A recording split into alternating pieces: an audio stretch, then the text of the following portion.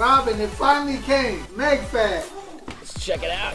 Oh my, the packaging is actually beautiful. Super soft feeling, almost velvet box. First off is the Extreme. There's the bad boy right there. Look at that. Looks beautiful. I really feel like I'm opening up something of value. 1 port, 2 ports, 3 ports, all wireless. Sick. So Extreme is all charged up and ready to go. Let's see if it works. Let's see if it works. And it's on, and there it goes. Mine's charging, yours is charging, yours is charging. Ha, that's so cool. Have 9 of your friends charge their phone all at the same time and even jumpstart your car. The battery is dead. I'm gonna attempt to charge this battery with the Magfast Extreme. Excellent. Excellent. Nice not being tethered to wires. You can take it in your car. On trips. Finally, a company got it right. I could play with this all day. I wouldn't change anything about this. I think it's about perfect. Everybody should have this in their car. This is a must-have for sure. You charge all my devices so fast.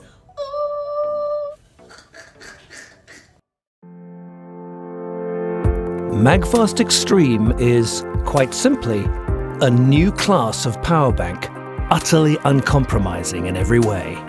Extreme's extended form factor and high-intensity power source allow 2 extraordinary features that have never before been offered together and in a singular, beautiful product. First, arranged perfectly, symmetrically along its top surface, Magfast Extreme has not 1, not 2, but incredibly 3 fast Qi wireless charging ports. Second, in addition to offering all that wireless power and a total of 5 USB outlets, the battery inside is so powerful it can jumpstart your car. And up to 24 of your neighbors on a single charge. Magfast Extreme. Extreme wireless charging, extreme wired charging, extreme car starting.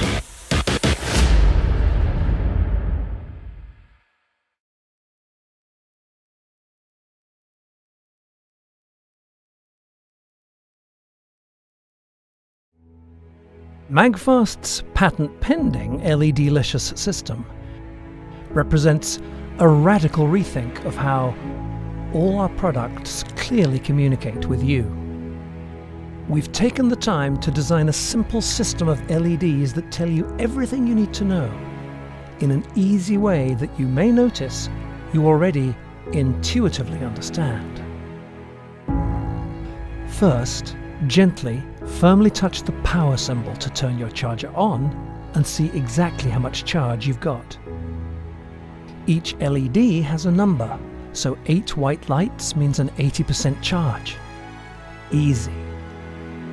And each charging outlet is also numbered, and as you use it, the matching LED breathes in a gorgeous glowing green. Look, slower charging, fast charging, perfect power delivery for your device. And as charging completes, it safely slows until it stops. When the time comes, no matter which of the many ways you choose to charge your Magfast charger, your LEDs dance continuously so you always know you're getting the charger you want. The Magfast LED-licious display. Simple, beautiful, intuitive.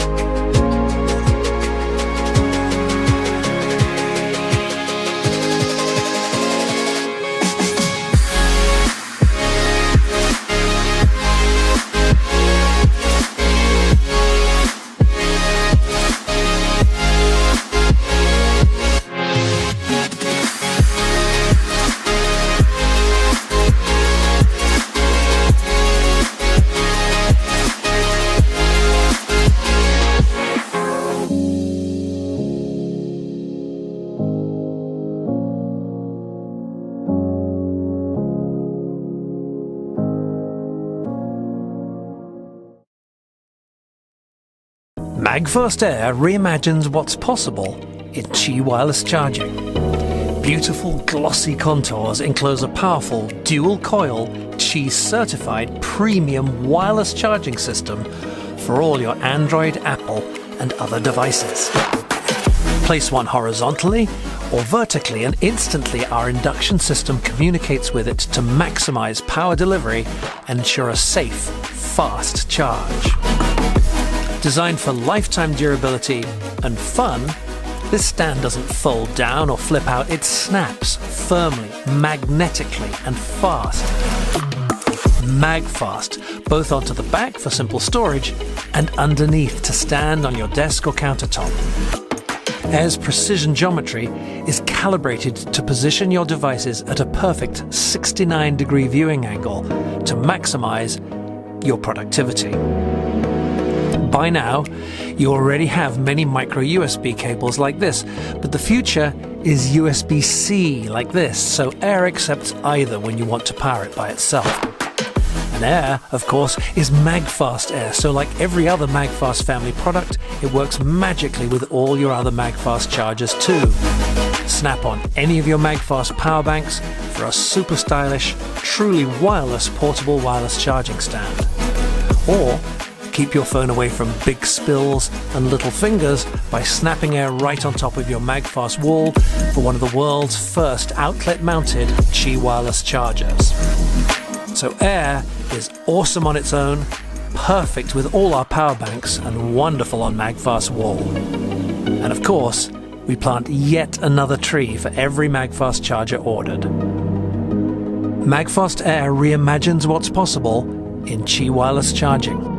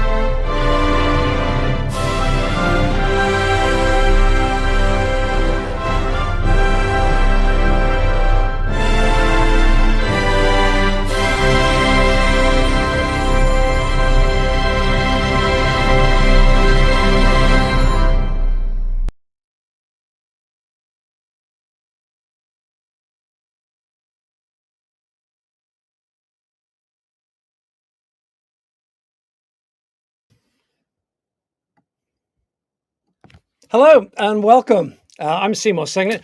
Welcome to our closing ceremonies for our spring 2024 crowd-powered investment round for Magfast.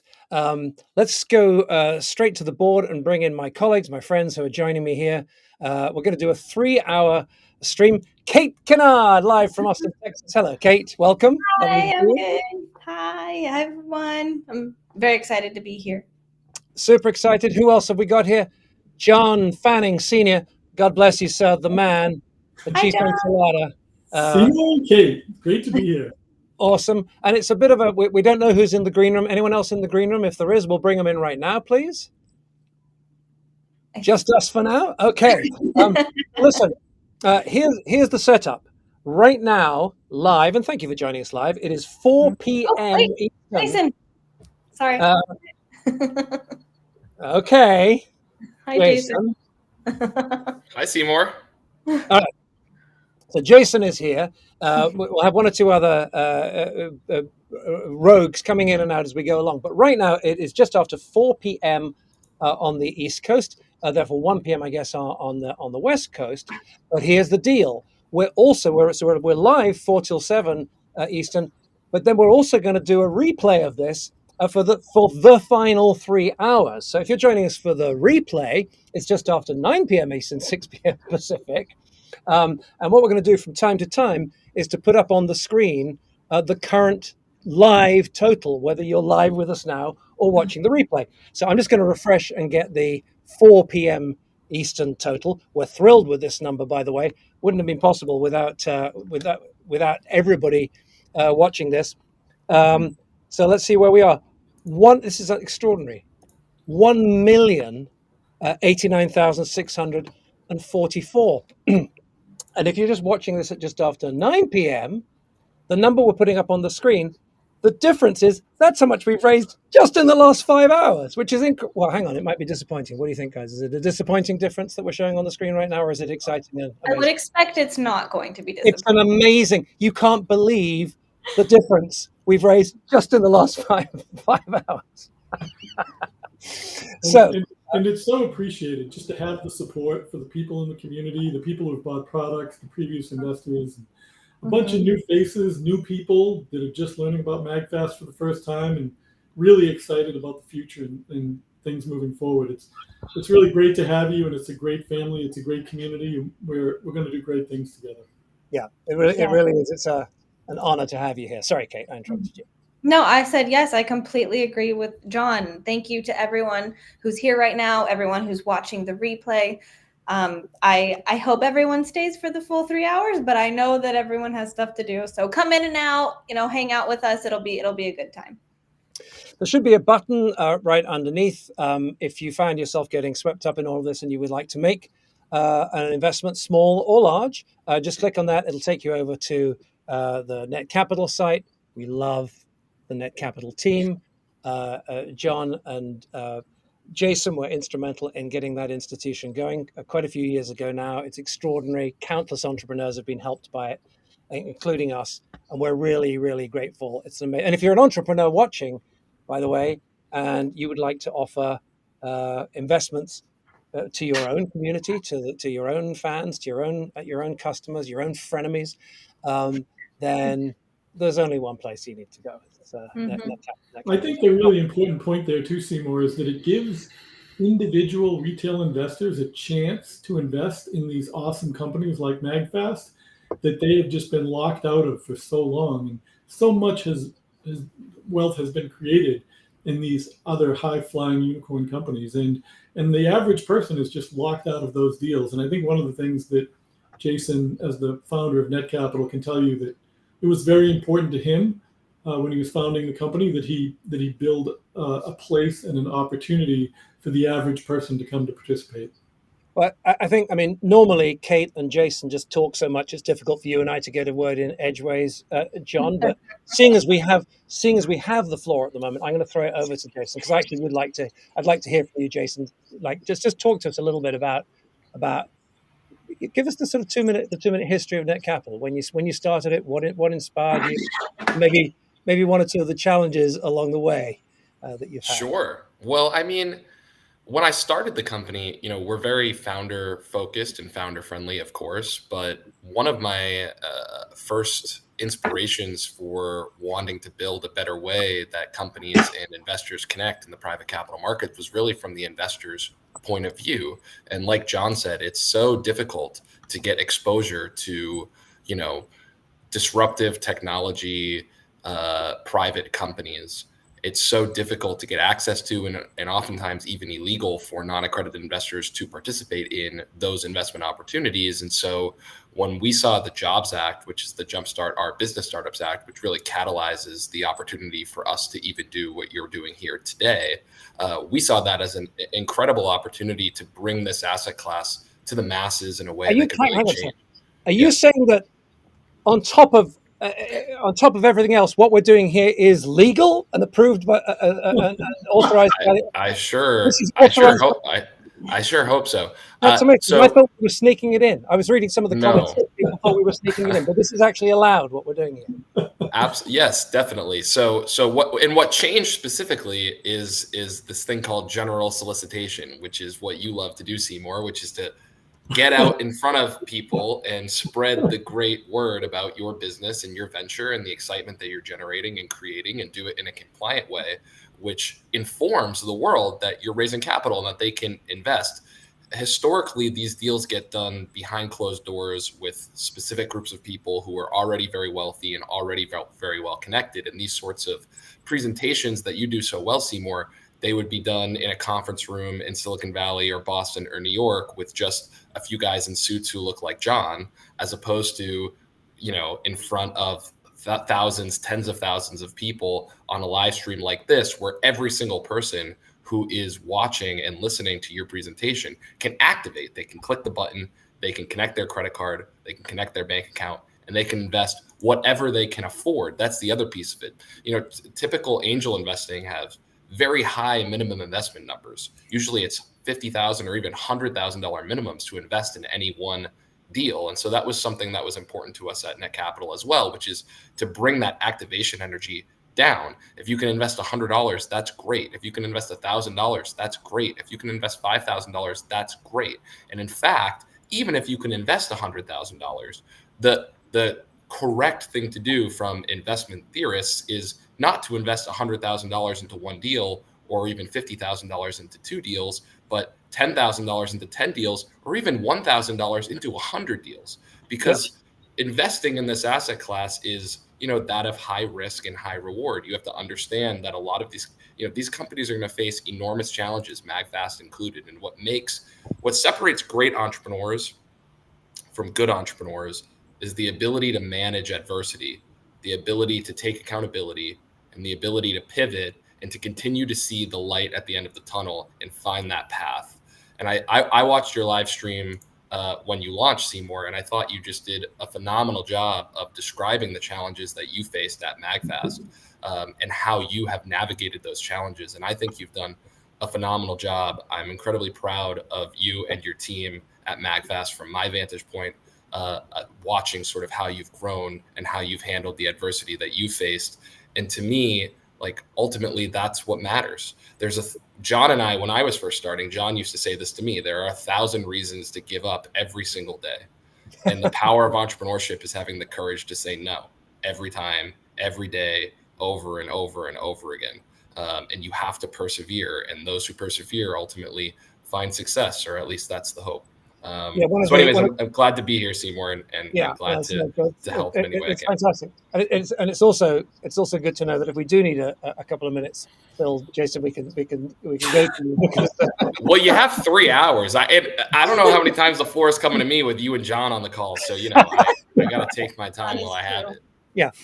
I just want to pick up on something that Jason said just then. Oh yeah, we have had our share of adversity. We did I'm not going to spend too long on it now because we did a long piece live streamed just last Tuesday, but it's still available if you would like to watch. If you go to magfast.com/status, which is where we've been doing updates on the status of the product development and product delivery for years, and we've updated that with some video there. One of them is called Crucial Update. It's basically me doing a kind of sober assessment of the challenges we've had over the last few months, the decisions that we've had to take kind of as a result of that, and then a conversation, kind of intimate conversation between John and I about how, when the going gets tough, you need to kind of re-rig the sails and take a different direction. And so we'll touch on that today, but this more than anything is a celebration of the incredible support that you have given to us as we announce that new direction. For folks who are new here, we'll take you through a little bit of that, and we're going to monitor. We're going to monitor the investments as they come in. I mentioned just now we were at $1,089,000. I'll just refresh the screen. Sometimes it won't change at all for kind of 20 minutes at a time, and sometimes it'll kind of shoot up unexpectedly. It's still the same number at the moment. So. Magfast.com/stream. If anyone wants to share this out on social media. In fact, I think we put some sharing buttons directly underneath here. And there's also a box where you can submit any questions that you have. And from time to time, Kate will pop in with some questions. You have a couple of questions? We could just do a couple to whet our appetites at the moment, Kate. I realize I'm just... Before we head there, Seymour, I just wanted to help you out a little bit. Since we've logged on live, let's thank Robert for investing $110, John for investing $975, Daniel for investing $126, James K. $1,009, Penny McKinney $157. So the investments while we're live right now, the investments have been pouring in. Your screen might not be updating, but they're pouring in. Yeah. Fantastic. That's absolutely fantastic. In fact, I don't know the rate it seems it's going. I'm not sure we can commit to giving everybody a shout out. But John, you've just appointed yourself to that role. From time to time, John will update us and give a name check to some of the extraordinary people. I have to say, I was almost in tears earlier today. A buddy of mine who I was at school with many years ago, who got back in touch with recently, has just been watching things, and he said, "Look, times are tough at the moment, but I went in for 500. I went in for $500, and I'm really excited to be a part of it." So, Jason, my beloved, our math teacher we used to be at my school that we were called out by our last name. So I was Signet, and he was Streets. So Streets. It was the way our math teacher used to pronounce it. Streets. Thank you very much. Really appreciate it, Jason. Bless you. All right. So we have a very rough. Kate's getting a couple of questions ready, but we have a very rough outline of what we're going to try and do. And I'm going to stick to Eastern time, with apologies to everybody in other zones, because I'm already managing two sets of times, because right now it is 4:15 as we're broadcasting live Eastern. It's 9:15 on the East Coast during the replay. So as follows: in about 15 minutes, we're going to do like a micro presentation of our plans and the next steps. So that will be at about 4:30 or 9:30 during the replay. Then at 5 o'clock, we're going to talk about how and why to invest in Magfast. That'll be at 5 or 10 if you're watching the replay. And half an hour after that, we'll talk about Gen 2, which is our new the new connector that we have devised. That's really the heart of our plans for the future. And during the how and why to invest in Magfast, I have a special guest, Rob Burnett from Net Capital, is going to join us with any of your more detailed questions about the investment flow process. All right, Kate, bring in some questions and direct them. I mean, I'm here to answer, but let's see if we can make sure that Jason and John get some airtime. Well, the thing is I have a question ready, but it's for the 4:30 time slot when we were going to talk about.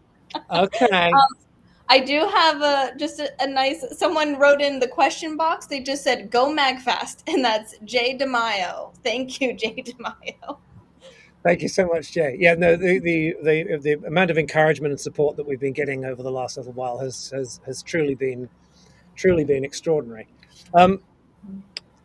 John Seymour, talk to us a little bit about. Give us a kind of a lightning tour of the years that have flashed by that you've been involved. I guess in the startup world, in kind of high tech and other startups, because you are a veteran of this world. Yeah, those are a lot of years. I went to Boston College and went to work at Fidelity Investments after Boston College, and I had the opportunity to work with some great people. Ned Johnson, the founder of Fidelity, and I learned a lot from Fidelity about how great businesses operate.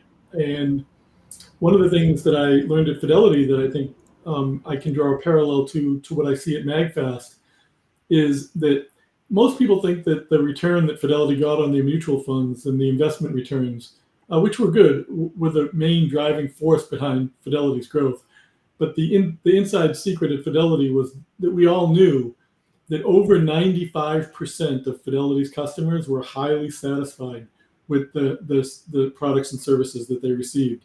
And so that very high customer satisfaction figure is something that I've seen with Magfast. And if you look at the customer reviews and the experiences, it's incredibly exciting. So I made a bunch of money during the betting that the stock market would crash. So I'm fairly good at predicting doom and avoiding it. But in that case, I invested in doom, and I made a bunch of money. My entire portfolio was OEX put options during the crash in 1987. Of course, that's before Kate was alive, and So I talked to some people, very successful people I knew, and they told me that I should follow my passion, whatever that was, and that was in the computer science and technology industry. So I did a leverage buyout of a company that did Unix systems integration.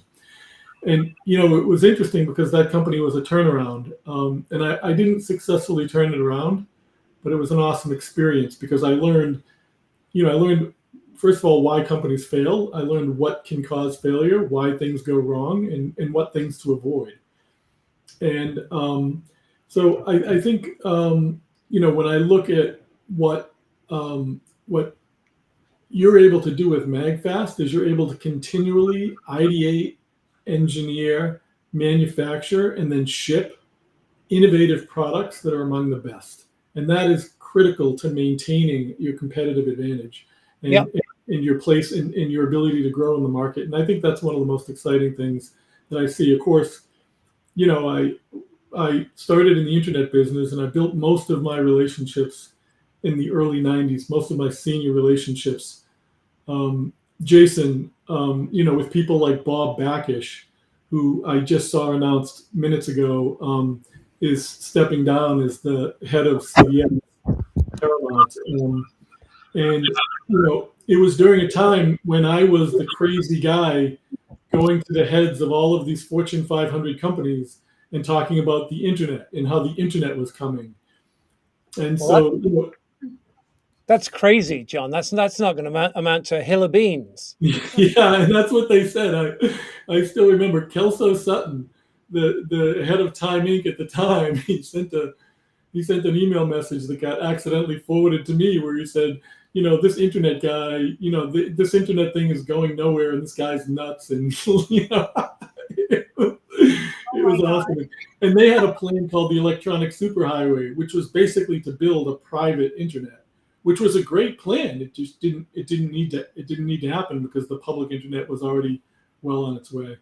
So, fast forward to the founding of Napster, and what I learned was it's very hard to convince people of the future. And one of the things I love about you guys at Magfast, and you in particular, Seymour, is you don't try to convince people of what the future is. You build the future and then you ship it to them. And that's what we did with Napster, because people weren't listening. So we took the power of the internet and we built the product. I mean, but with Henry Ford, everyone was telling him, no one's going to want that. We've all got our horses, right? So Henry Ford is he's an awesome example. There's some great stories about what a great entrepreneur Henry Ford was. One of my favorite stories is that he used to pay his workers while they were he had a particular team of people, and their job was to do maintenance on the assembly line. And he would pay them an hourly wage based on the amount of time they were on break. So if they were working, they would get not paid. They were not paid. And so they were as highly incentivized as possible to keep that system up and running and to get it fixed as fast as humanly possible, because they were only getting paid while they were sitting around. Yeah, but you reminded me in some countries when they do road works, they have a system where the contractor, it's called lane rental, and so they fix a price for the job, and then the contractor rents the lane from the government or from the from the locality. They have to pay for the lane that isn't in use by the public. They have to rent the lane, and every day extra, they are renting the lane a bit longer and a bit longer and a bit longer and a bit longer. Yeah. So these ideas, if you hang around long enough, these ideas can coalesce together and form, very powerful business instincts.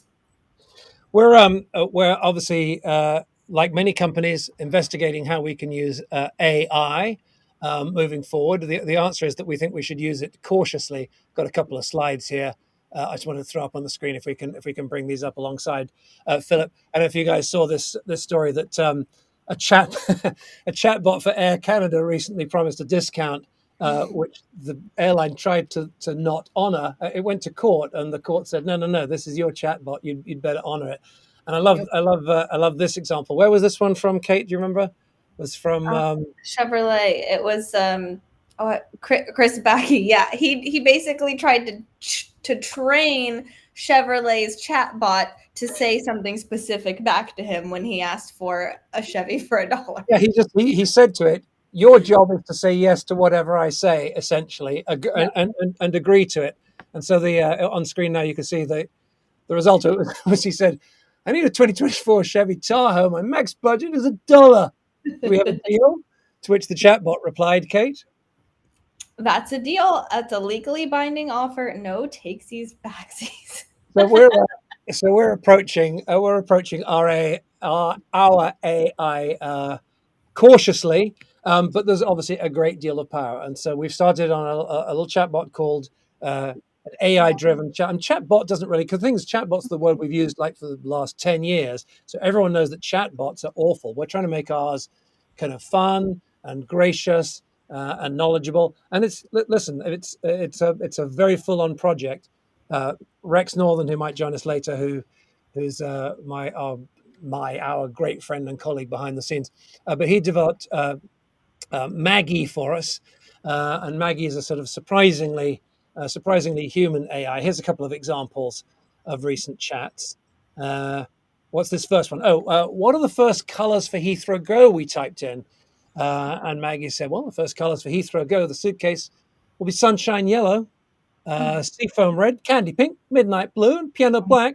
Enjoy the colorful options." That was pretty good. And then here was one I noticed coming from a customer a little bit earlier on. "We have 9 kids," she said. "Everyone has at least a tablet, and most have phones too, plus several laptops, Bluetooth speakers, and earbuds." And Maggie thought about it and said, "Wow, Anna, sounds like you have a big and tech-savvy family with all those devices. Lux charging cable could definitely help to keep them all powered up, whether charging your tablets, your phones, your laptops, or even RC remotes and drones." That's a pretty great reply, I think. Guys, wouldn't you agree that's kind of at the top end of the stuff that you've seen out there? Pretty great. For sure. And for fun, should we play the? Yeah, Kate, let's play the foreign language pieces. My gosh, well. yes, yes, let's do that. To broadcast in multiple languages. If you're hearing me speaking in anything other than English right now, that's because of the incredible power of artificial intelligence. And I can actually transform into almost any language at any time. Like this, you see, I can go, ダウンタウンへの切符を買おうとしたけど、何か間違って今小さなヤギを持ってしまった。新しいペット、Mitsuki Milkalot を紹介します。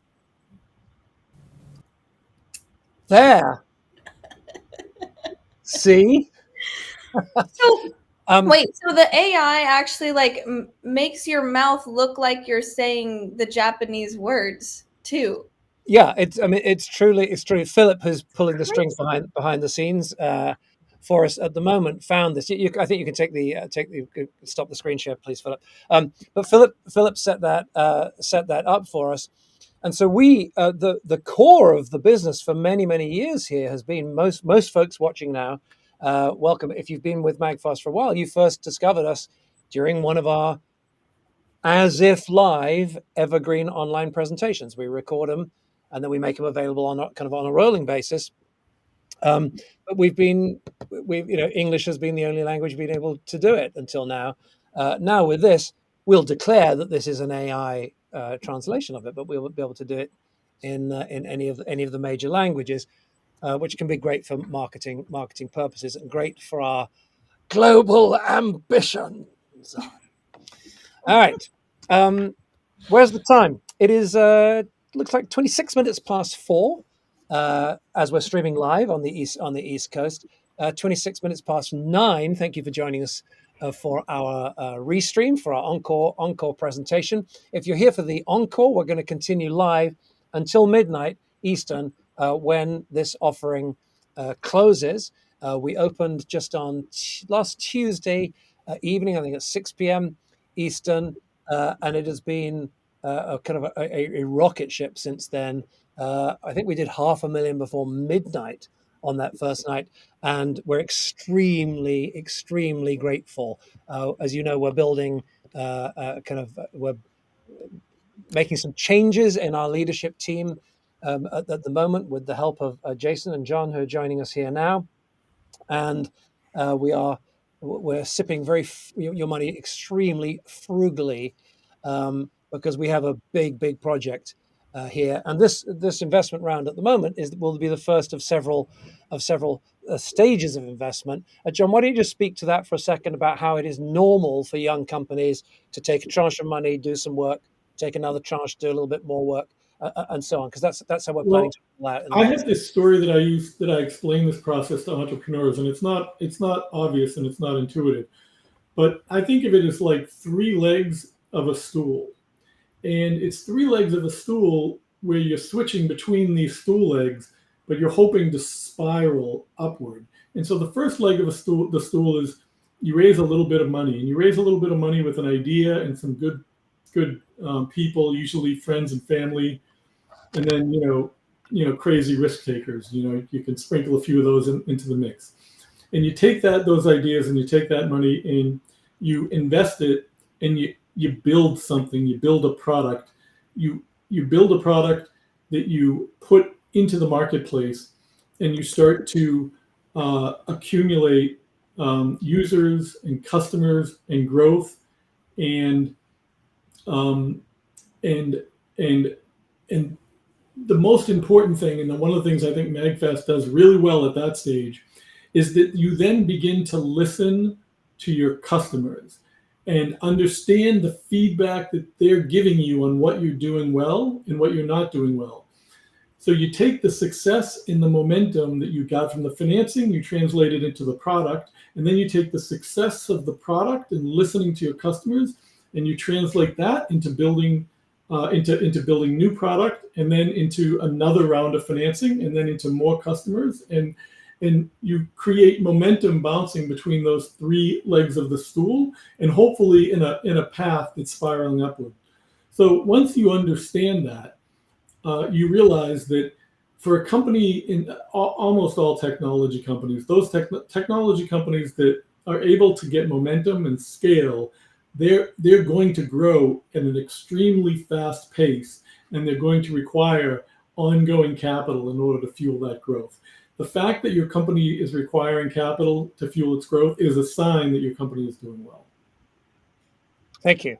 And then you just have to make sure, like with Magfast, you've got tens of thousands of rabid fans that love what you're doing and are consuming your products. Right. And sorry, and that number is growing. Yeah. We said that at 5:30. By the way, if you see me look at my watch and start giggling, I recently discovered the Peanuts animated watch face that's available. I don't know if it's on others as well. I have it on the Apple Watch. I tell you, it makes me laugh like a dozen times a day. I look at it. Snoopy does something goofy, and it makes me. And it's extraordinary. It's extraordinary how.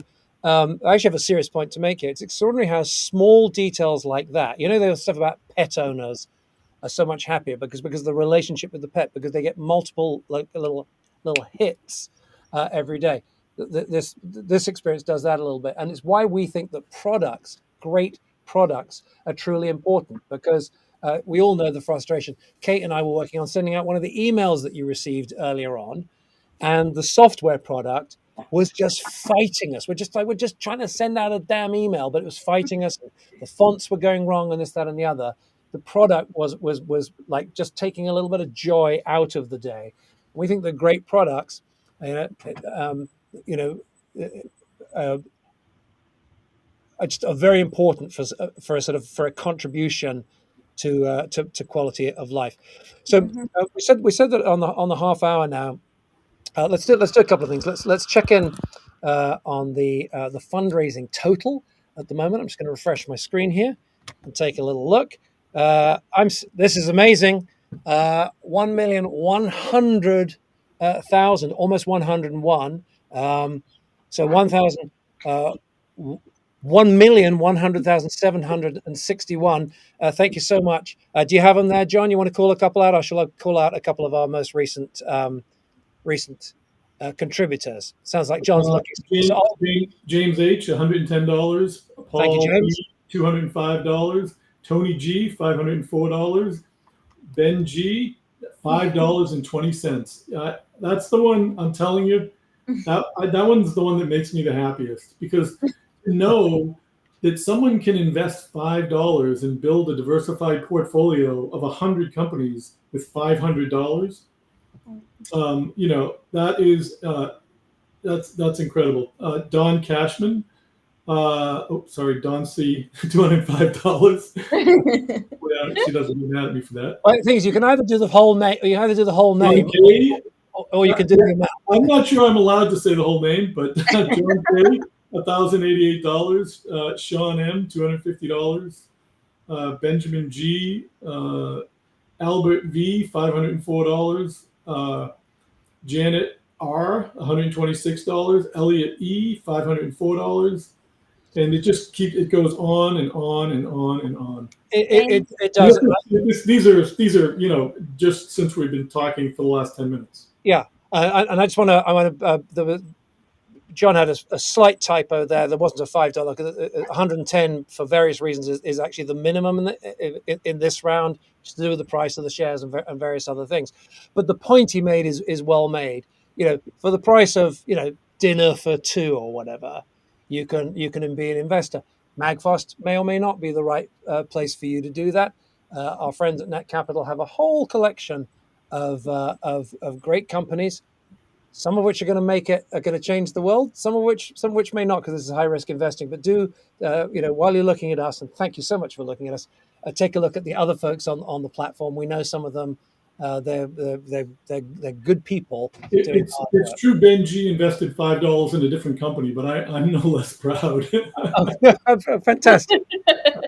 Thank you, Ben. Excellent. All right. So we said that just after the half hour we would. So I'm still kind of flummoxed by that number. I mean, it's $1,100,000. After a very challenging time for the company over the last few months, and you guys have re-upped your faith in us, and a whole load of new people have come in as well. I'm really. You want to see a grown man cry? You stay on this live stream. It's only a matter of time before the floodgates. This will help you. Jose V just invested $5,000. All right. Thank you, Jose. Let's thank you, Jose. Let's bring the thank you, Jose, so much. Let's bring the slides up. I want to quickly go through our theory of the case at the moment, and to do that, we just need to give you a little bit of background in just the way phones are today, so we can understand what it is that we want to do. We basically have two settled global industry standards now. Wired USB-C goes into the bottom of your phone like that, and wireless, they pronounce it Qi. This QI is pronounced Qi, and these are now global industry standards. Just do them one at a time. USB-C, fantastic, the industry standard for wired device charging. You can get the USB. With the standard 4, you can really get a lot of data and a lot of power through, more than is necessary most of the time, but you can really get a lot through it. They don't have to look ugly like that. They can look beautiful like this. If you come to Magfast, there's Magfast Lux, only America's highest rated smartphone cable. Okay. But today, so we're fantastically pleased with the success of Magfast Lux. The average customer purchases 5 of them. 5.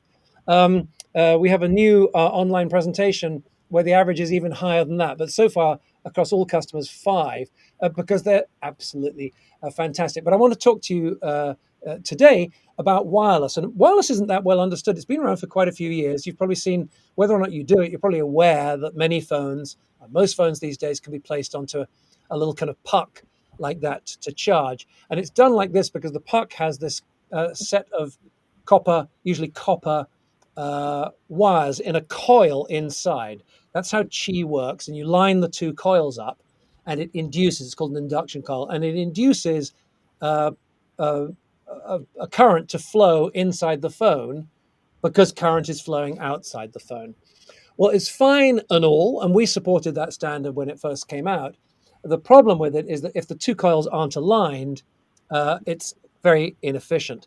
And so the new Qi standard, Qi 2, adds a series of magnets around the outside. And you're probably starting to see this kind of thing around the place, of phones with a circle on the back.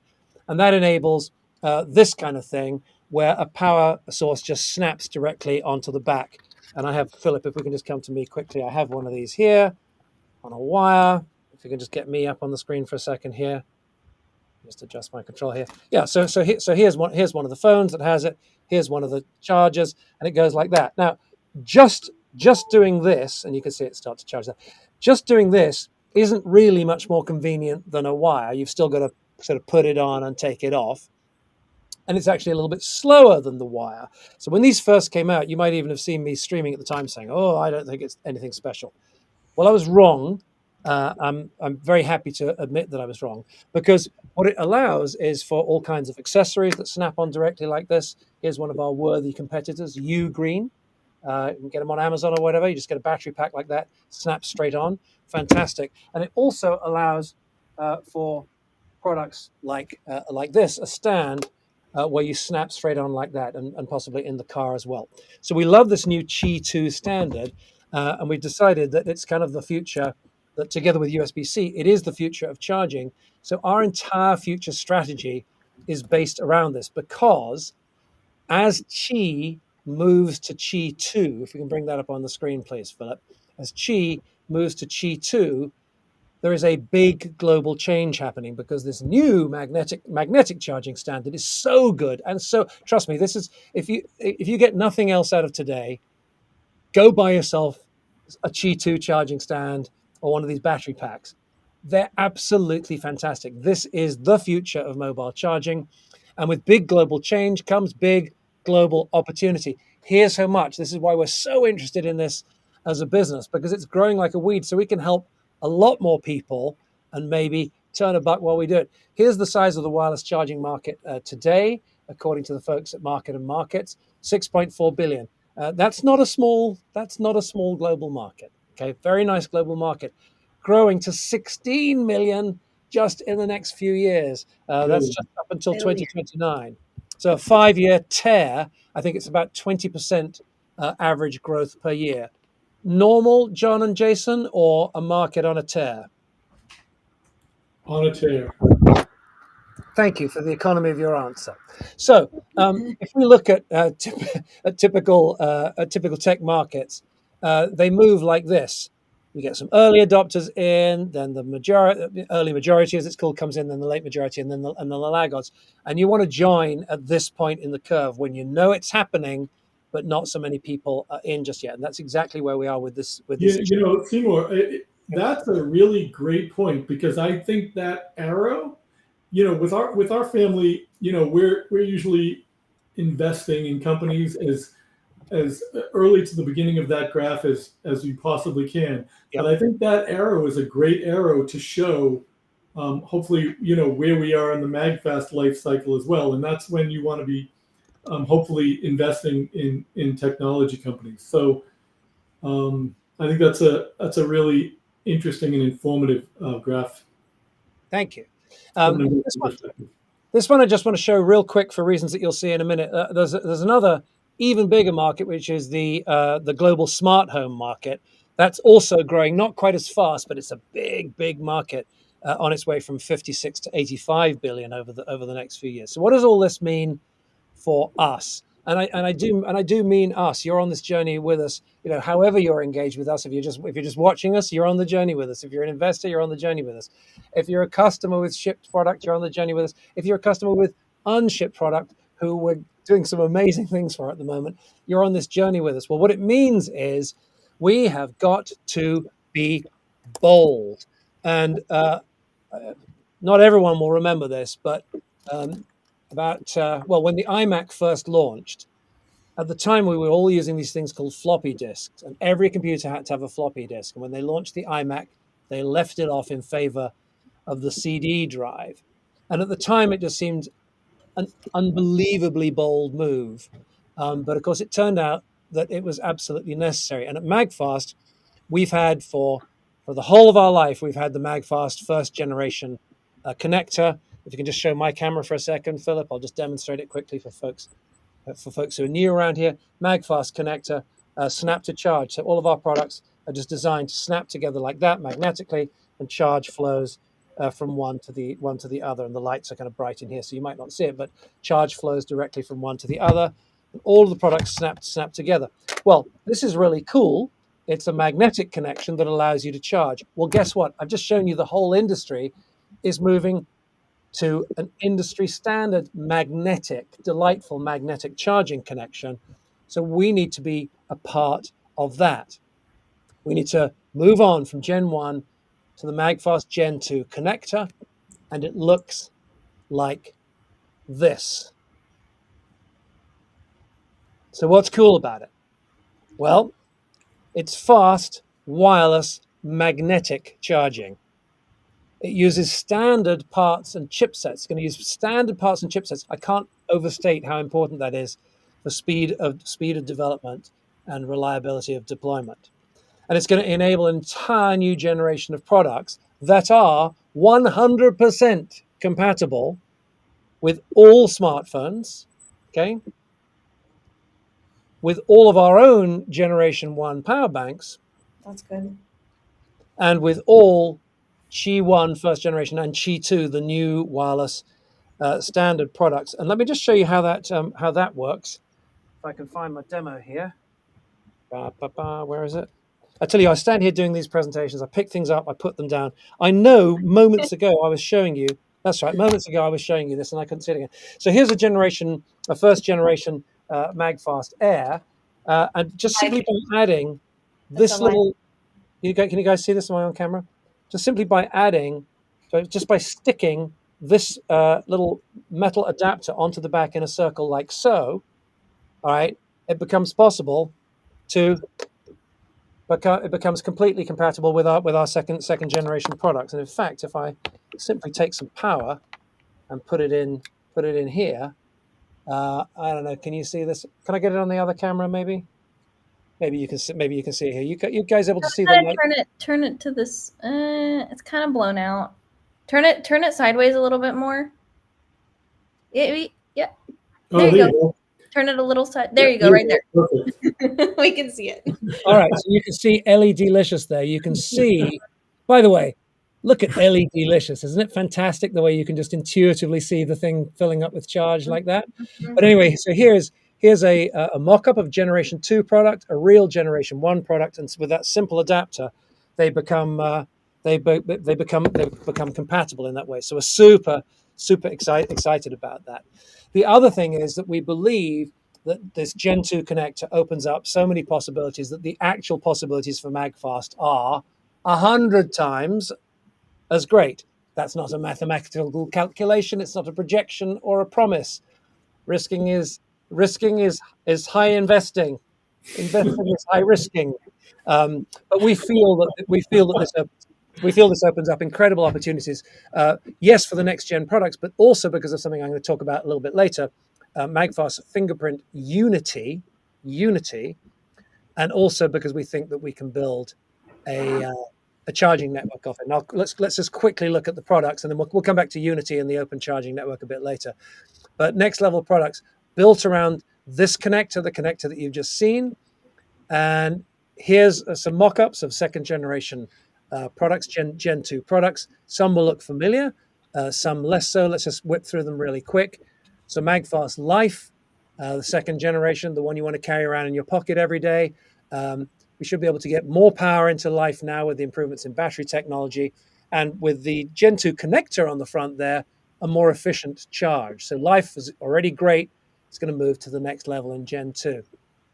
Everybody's favorite, Magfast Extreme, shown here.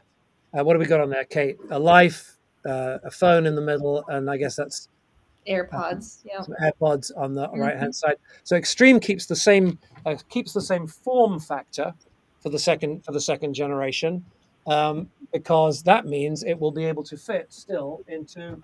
I can come back on camera quickly. Onto everybody's favorite executive suitcase and carry-on. Heathrow, the e-carry-on. So we're going to keep exactly the same form factor, and so Gen 2 will be able to just go in and out super easily like that as well. In fact, we have a little mock of Gen 2 here. Too many props all at once. There's Gen 2, and the beauty of this is going to be that you'll be able to be walking around the airport and just pop your phone right on there. There we go. Pop your phone right on, and it'll be charging in place like that. That would be amazing. Pretty great. Yep. Okay. So, and then I just want to finish up by showing you a couple more things. Yeah, there's Gen 2 in Extreme. And I do want to remind you, Seymour, I have a few questions lined up as well. Oh my goodness! You mean the questions that we didn't do on the half hour when I Yeah. said we would? Okay, we'll come to those in 2 minutes. I was like, I know I promised to do something on the half hour. It must have been me showing slides. So, second generation products. This one is codenamed Camel at the moment because it puts a bump on the back of your phone, a little bit like the competitive product we showed you a bit earlier on. This is going to be great. You'll be able to charge in and out with this. But strategically, the most important one is going to be Magfast Air. And Philip, if we could just switch over to the look at this. Was I not holding my phone in front of you seconds ago? And here it is. If we switch over here to Magfast Air, I'm going to show you sort of public and private versions of it here. So right in the middle, here's the Air that you probably have at home. The 2 places to charge. Super neat. It's going to snap your phone on like that.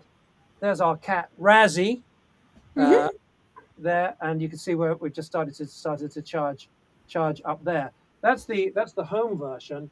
The public versions might look like this. Just to be clear, for disclosure purposes, this is illustrative of what one in the Virgin universe might look like at a clubhouse or something, or at one of their venues. Those of you who know me know that I was fortunate enough to meet the founder a few years ago. Amazing.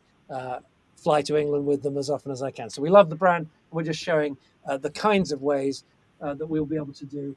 We'll be able to deliver public charging. Boom, there you go, with an instant charge. And later, I will show you another feature that we think is very powerful for Generation 2. All right. There's a lot to get to today.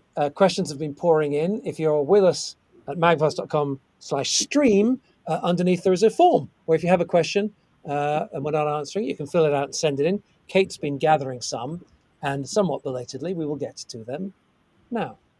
Okay. So we have a bunch of questions from people waiting to know more about Gen 2, which I know you just covered some, but they want to know the advantages over the original Gen 1 chargers and when we might actually see them. Okay, well, I think we just covered the advantages quite well. Being part of the totally compatible with the industry standard, right, means that you're going to be able to take somebody else's product and snap it right onto one of ours.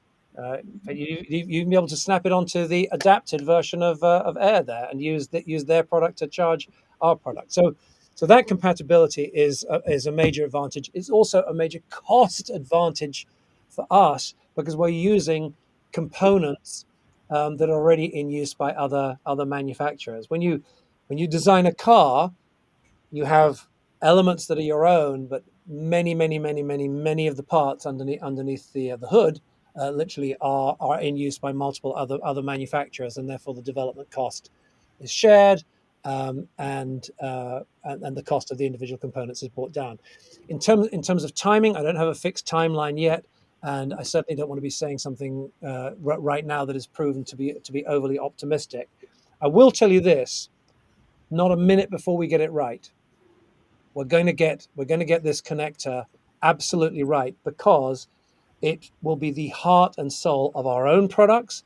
When we get it right, it can potentially be licensed to others to be the heart and soul of their products, and it also becomes the heart of the broader network that we're going to talk about a little bit later on. And let me just reinforce the point that Seymour is making, because I think it's really important for people to understand. To get where Magfast is today, there was a lot of a hard road with a lot of difficult learning. But that learning is incredibly valuable. So as long as it takes them to ship this Gen 2 product, that's about half the amount of time it would have taken had they been starting where they were 2 or 3 years ago. So they've got teams of people they know they can rely on. They've got suppliers that they know are dependable. They've got people that they know can ship on time. But as an institution, Magfast is getting better and better and better. And I really think that some of the problems of the past, they're in the past. And I think getting I think everybody on the team knows getting products to market quickly is what separates the good from the great. So we're clear on the goal, and I expect the performance to be high and optimistic in terms of delivery. Thank you, John. And I just want to tag. This isn't directly to the original question, Kate, but I just want to tag off something John just said. We did again magfast.com/status to see a full replay of the crucial update that I did with John's help, kind of a few days ago. Some very hard decisions about kind of tearing off the band-aid, as the expression goes. But one of the changes that we have made is you can no longer buy anything from Magfast that isn't available to ship, or coming into stock within the next small number of days, kind of, or maybe a week or two.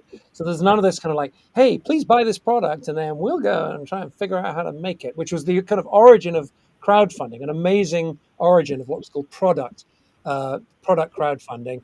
But it just got us into too much trouble. So, ironically, we were so successful at it that when there were then delays, it created all kinds of problems in the system. Too many people were let down, including some of the folks watching now, who've come back and continued to support us. So I'm really heartened by that. I apologize again. Magfast.com/status to take a look at the kind of how we fully unpack that.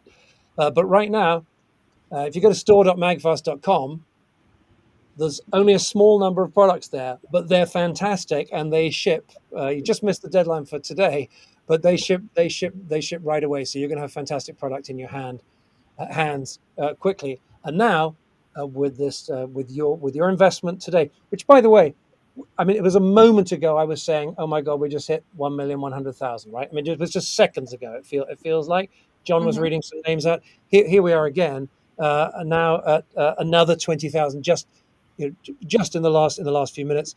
Thank you, Stephen and Claudette and John, Rosario, Cara, Jose, Karen, David. Just unbelievable. Thank you all so much. 1,121,000. Oh, and that's at 5 minutes to 5 Eastern. If you're with us at 5 minutes to 10, right now we're putting up on the screen, and the difference between what you can see on the screen, if you're watching the replay right now, the difference between what you're seeing on the screen if you're watching the replay and 1,121,000, that's what we've raised in just the last 5 hours. I don't know what it is yet, but I know it's even more amazing than 1,120,000. Yeah, just to be clear, Seymour, in the time we've spent on this broadcast, Jose V, he still is the current record holder at $5,014.86. So if you're out there and you're in that range and you want to take over the top spot from Jose, it's not going to be easy, but we believe it's a something match. It's not a that match. It's a click match, an investing match. It's a but absolutely seriously, not a penny you can't afford to lose. All right, okay. This needs to be it needs to either be a playful investment that you can afford to lose, like going to Vegas, or if it's part of a more thoughtful thing. I said the other day, nobody's retirement. John pointed out, no, people should have in their retirement. They should have, in my opinion, yeah, they should have money invested in different ways. And if you already have an appropriate allocation, that's fine. But we always say, also, just to be clear, I'm not sure if I made this point before, but a $5,000 investment. That might not seem like a lot, and it might seem like a lot depending on your circumstances. But if you had invested $5,000 in Uber when our family invested in Uber, we were among the first angel investors. Then at the IPO, that $5,000 investment would have been worth $150 million. So you're talking about, if you catch the right company at the right time, you're talking about life-changing wealth that can be created by investing just a few $1,000s. Yep. So, to put it into perspective, yes, you're taking the highest possible risk, but you also have among the highest possible potential return. Yeah, and those who've been with us for a while always say that they very much enjoy the journey. Kate and I would like to apologize for appearing live less often over the last year. It's been a tough year. We're committing to a minimum of monthly streams I hope we can do more than that because we actually love doing it. It's just it's a small team with a lot of work to do, and doing one of these winds up taking a big chunk out of the day. And it might end up just being like a quick selfie video that we do to check in, but we'll do something at least. It might be that. Well, you know what I'd like to do is I'd like to bring some other people, some other friends, some other fellow entrepreneurs onto the broadcast to talk about, the challenges and the things that are happening, and turn it into something that's informative and educational as well as being an update. That's a wonderful idea, John. If you arrived anytime in the last sort of half hour, you may wonder whether Jason here has the power of speech. I assure you that he does. Most eloquently said. Can we find a question that would be good for Jason? Because I feel we need to loop back in again. Well, remember earlier, Seymour, when you gave me the 4 one time, I really made the most of it because I knew it was far between. So, well, I don't know that my next question is really for Jason, but maybe he can talk about the general purpose of it. So here's the question. So, a lot of people have been asking, why are you adding other products like luggage when not all the original products have shipped? So maybe we can just talk about generally, like why is that important to do? Well, I think it's unfair to ask Jason to do the when other products haven't shipped. We have covered this. We have covered this extensively. But the short thing on when other products haven't shipped is there were so many difficulties and challenges. Some of which were outside of our. I'm still responsible for all of it, by the way, for all of it. I founded the company and I made all of the major decisions, so I'm not stepping away from any of it. Nevertheless, I didn't start COVID, which was one of the factors in there. A smaller factor, but a factor nonetheless. As far as we know.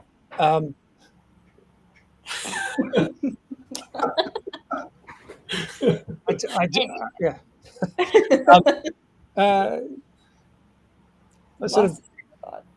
Okay, perfect. So I can answer the question that was posed to me. That gives me an opportunity because I think, obviously, I'm not involved specifically with your company. I don't know all the specifics around the previous products and the future products, but just from my vantage point in general, like what always struck me about Magfast was creating the future of charging and changing the way in which we view charging, which is this essential component of everybody's lives. I mean, everybody's been somewhere where they desperately need a charger. They go to their friend's house and they ask, hey, do you have a charger? They go to a hotel and they say, hey, do you have a charger?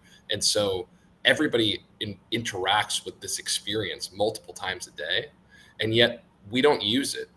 We don't leverage it to do more things. Like one of the things Seymour talked about in the past presentation is, I should be able to tap my phone to my friend's charger, his Magfast Air at his home, and I'm logged into the Wi-Fi, and I don't have to ask him for the Wi-Fi password. We'll talk about that. Like that are these subtle quality of life changes that could make all the difference. And I think from any entrepreneur's perspective who's committed to building and bringing about the best and most innovative products, I know that Seymour sold a lot of products through Magfast years ago that didn't get shipped for a variety of reasons. And at this point, charging has matured and evolved and moved on. And there's this new standard of charging, which seems not only great for the world, but great for Magfast. I mean, it's called Magfast.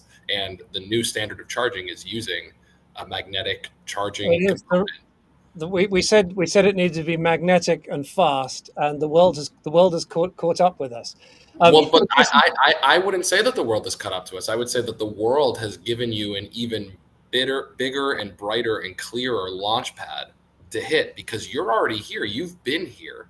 And so now that the world is finally catching up to you, that's an enormous opportunity. But what Seymour's always told me is he always wants to impress with his products. He always wants to have the best products available for his customers. And so if he believes that the future of charging is in this next generation of products, that's what I believe the company should be focused on, and ultimately getting those products into the hands of their customers and providing the best possible experience in this vertical. Thank you, Jason. And just to loop back to the original, because there was a question that from Kate a few minutes ago that started. But just to loop back to it, why new products when there were challenges with the old ones? It was because what are we supposed to do? Stay stuck? Are we supposed to stay stuck in the past with the problems, or are we supposed to move forwards with creativity and excellence. And there are essentially two products since then, both of which are this. I never know how well this shows up on screen here. This is the packaging for Magfast Lux. It's gorgeous. It's the world's first giftable cable. Any other cable, you give it to someone as a gift, they'll go, "Do you not like me? You give me a USB cable." This thing, it arrives. It's just so beautiful. We even now, so many people buy it in larger quantities.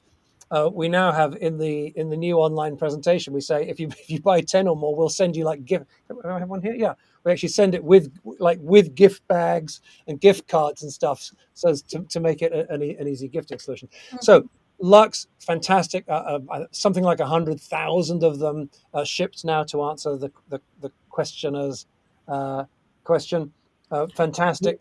Obviously, smaller numbers for the Heathrow suitcase, but people are just, if I have time later, I'll read out some of the reviews of this.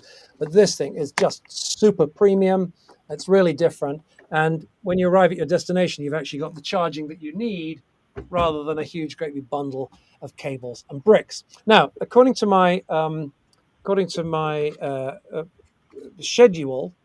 schedule here that I'm supposed to be following at 5 o'clock Eastern during the live stream, which is 10 p.m.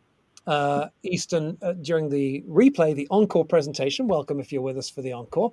We're going to do a quick session on how and why to invest in Magfast, which means that we get to bring in another guest. Is he there? Is he live? Can we bring him in? Ladies and gentlemen, it's only Mr. Rob Burnett from Net Capital. Oh, yeah. Oh, yeah. Hi, Rob. Happy to be here. Thank you for coming. Thanks for having me. Rob is in the UK at the moment, so just because we're not mixing up enough time zones at the moment. So for him, it already is 10 p.m. I'm already on the encore, so I'm just keeping it going. Yes. So this is if you're watching us live, here's a little bit of the encore before it happens. Magfast time travel. Yeah, careful, Seymour. We might get too confused. Yeah, around in circles. I'm already confused. What do you mean, Mike?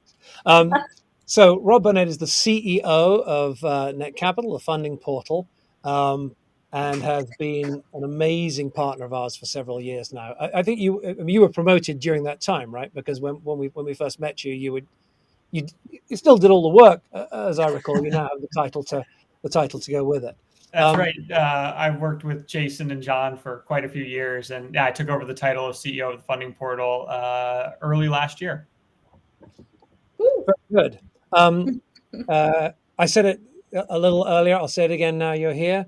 Any entrepreneurs watching, if you have any thoughts about raising capital in this way, there's this special set of federal rules. It wasn't possible until I guess a few years ago. But these guys, along with some others in the industry, got together and helped the government understand how some amount of companies being able to be supported by their own customers would be a good thing. And so here we are. And Rob, you've been watching the numbers. I mean, just while I lose track. Where were we last time I spoke? I mean, we're just at 135. 1,120,000. 35 on the inside now, because the figure that you see in public is very slightly delayed, but the number we're seeing internally is 1,135,000. It's just extraordinary, and even the amount that's been raised since we came on air extends what is known for small companies as the runway, which is like how long have you got before you next have to raise more capital, and all all companies that are in the early stage that always need to be looking at the runway. The runway has gone up by a month or two just while we've been talking, which is just extraordinary. So thank you. Mm-hmm. All also, right. I just want to point out real quick that since Rob Burnett joined us here, we have David P. has tied Jose at the record with $5,014.86. So we've got a two-way tie for the lead: David P. and Jose V. Well done. And just I want to say to our friends at the SEC, if you're watching, It is John Fanning who's trying to set up this this fight amongst investors. Well, yes. We disown him. We love him, but we disown him. This is just an exhibition. This is not a competition. No wagering. No, it's not. I actually want to. Mary Kay Carlock has now taken over the lead at $6,008. Thank you, Mary Kay. And I do want to loop back to something else that John said earlier on, which is, it's wonderful, but as with anything of this kind, I think I'm sorry to interrupt you. Let me finish the thought. We gave Mary Kay her moment of glory, but now Faisal A has just usurped Mary Kay. 6,607. We have a new leader. That's extraordinary. Faisal is at the top of the board. That's so Congratulations, funny. Faisal. Sorry, Mary Kay. I love this. It's exciting. Thank you, Faisal. That's and sorry. First of all, Faisal, I hope we're pronouncing your name properly. It's the least that you deserve. And I just want to check with Philip that we do have a kill switch if any of the guests get out of hand. That little signal we did where I rub my ear and nose simultaneously. Oh, there it goes. Wait, go back. No, we love John. No concern, Seymour. As an early investor, we investors also have a kill switch if the CEO gets out of hand. Oh no! Oh no! All right. You guys are hilarious. I do have Seymour. I do have a segue comment / question that a customer sent in that can kind of close out the last section and the segment and bring in the new one. So it's a little long, so bear with me, but I think it's a good one. This is from Daniel R. He says, I can always respect a man who has made mistakes, is willing to own them, and not pass them off to others, which is the easy and cowardly thing to do. I am pondering my decision whether to continue to invest in your company, but I want you to know that with your heart, attitude, humility, integrity, and hard work, you will succeed in your company's endeavor. And I know that Daniel and others would love to know more about the company's plans and why he might consider continuing to invest. Sure. Yeah. Thank you so much. Don't cry. It's okay. We're kind of unpacking the plans right the way through this presentation, and I mean, thank you so much for that, and for so many other people who've kind of expressed the same kind of thing. Some of whom have chosen to invest, some of whom are considering it, and for some of whom it isn't right at the moment, and that's fine too. And I just wanted to there was a point I just wanted to make off of the back of John highlighting one or two of the investors just now. It's the I mean, any level is fantastic and appreciated, and just being here and listening to us talk about this is hugely appreciated. All right, so let's just talk quickly about just literally the mechanism of investing, because it's incredibly easy. Net Capital have made this thing kind of super smooth. If it is right for you, you're probably watching us on Magfast website at the moment, in which case there is a button underneath that'll take you to our page at Net Capital. If you're watching a replay someplace, maybe you need to go to magfast.com/invest, which will direct you to Net Capital. When they get there, what should they do, Rob Burnett, CEO of Net Capital? Well, they can review all the materials about Magfast. They can take a look and they can learn anything, they can read all the disclosures, learn all about the deal. And then if they decide that investing is right for them, there's a big yellow invest button right there that they can click on, and they fill out their information and they can make an investment in Magfast or any of the other companies that are available on our site. Super. Now, there's various sort of guardrails in place from the government to make sure.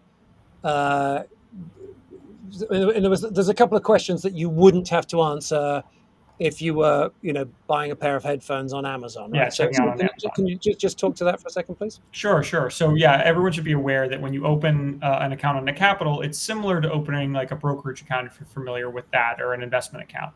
So we need to collect a couple of additional pieces of information. There's some investor protection information we'll need, like you'll need to self-report your income and net worth. That'll set the limits for how much you're allowed to invest. As you guys have all been making a great point of, this investment is risky, and there's rules in place to make sure that investors aren't able to risk too much capital based on their income and net worth. You'll also need to input some personal identifying information like a social security number and other things. That way we can make sure the shares are going to the right people. And then you might, go ahead, Seymour. So I was just going to point out that we at Magfast don't have, we don't get any of that kind That's of more correct. personal information. We just get basic, your name, email, the amount that you invested, that kind of thing. Net Capital has to go through all kinds of sort of rigorous processes to make sure that they are safeguarding that information properly. And you're only one of a pretty small group of organizations that have been authorized to do this by the SEC, right? I mean, there's a we're a registered funding portal. We've been kind of had our application approved, and we're regulated by the SEC and a member of FINRA. Yeah. I'm sorry, I interrupted you. You were saying.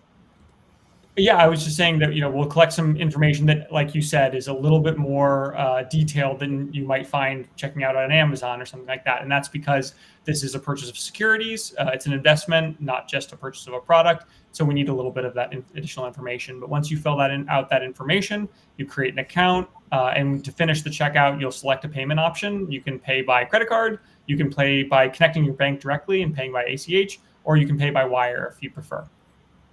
Beautiful. Fantastic. Netcapital.com is the place. Rob is the CEO. Jason and John were on the kind of the founding team and are still very much involved with guiding the organization. And we've been fortunate that they have that they've been giving a little bit of guidance to Magfast as well. So just another amazing synergy that has come out of that relationship. Can't promise that to everybody, but it's amazing. It's amazing how, if you keep going, most of the time life will open up opportunities for you. I mean, John, when we first, John Fanning here and I, if you've just joined us, just a little bit of a kind of legend in the startup industry. He met us during a very difficult patch, and I was, as you know, I'm a pretty cheerful fellow, pretty optimistic fellow, but he caught me at a time when I was really concerned, and he was like, "Dude, you're not letting anyone down if you don't give up," and never was a truer word spoken. But since then, with this sort of renewal of kind of energy, it's extraordinary how creativity. Creativity can stall if you get your head into the wrong place, and how it can just flourish when you move back into the right space. And there's a film that we sometimes show. You can look it up online. Philip, if you can find this, we might actually let's play this for people. Let's play this. It's on YouTube, for goodness sakes. Let's see if we can find this and play it. And Philip, you can let me know if we can't play it. We'll just tell people where they can play it for themselves. But it's above and below the line, location, above and below the line. If you can look that up on YouTube or look it up for yourself, it's just very simple guidance for individuals and for companies, where we imagine this line, and below the line is pessimism, anger, sadness, fear, hurt, guilt, blame, just generally the negative emotions, to which all of us are from time to time susceptible. But above the line, there's optimism and generosity and love and creativity. And basically, when you're below the line, it's terribly difficult to get anything good done. And when you're above the line, it's incredibly difficult not to get good things done. And so one of the things that I'm most proud of for the company and in my private life as well. Amy and I, we don't go below the line very often, but we're quite quick at noticing when we're there, and we're like, "Hey, I'm sorry, that's ridiculous. I love you," and we're back up again very quickly. And we try to have that kind of culture in the company as well. We're fortunate, of course, to have Kate with us every day, who has no idea what below the line exists. I appreciate that. Not entirely true, but I appreciate that. She has no, and I genuinely believe that it's a choice. You know, for some folks there are more forces, you know, trying to persuade them to stay below the line. But I do think, you know, because it's extraordinary how sometimes many folks in life who have the most to be grateful for are wallowing below the line, and people who have the least are living joyfully above it. So that's that for the day. Philip is typing. We have a little screen so he can communicate with us. So by the way, Philip, you're welcome to turn the camera on anytime you like and show your face. He hates it when I do that. No.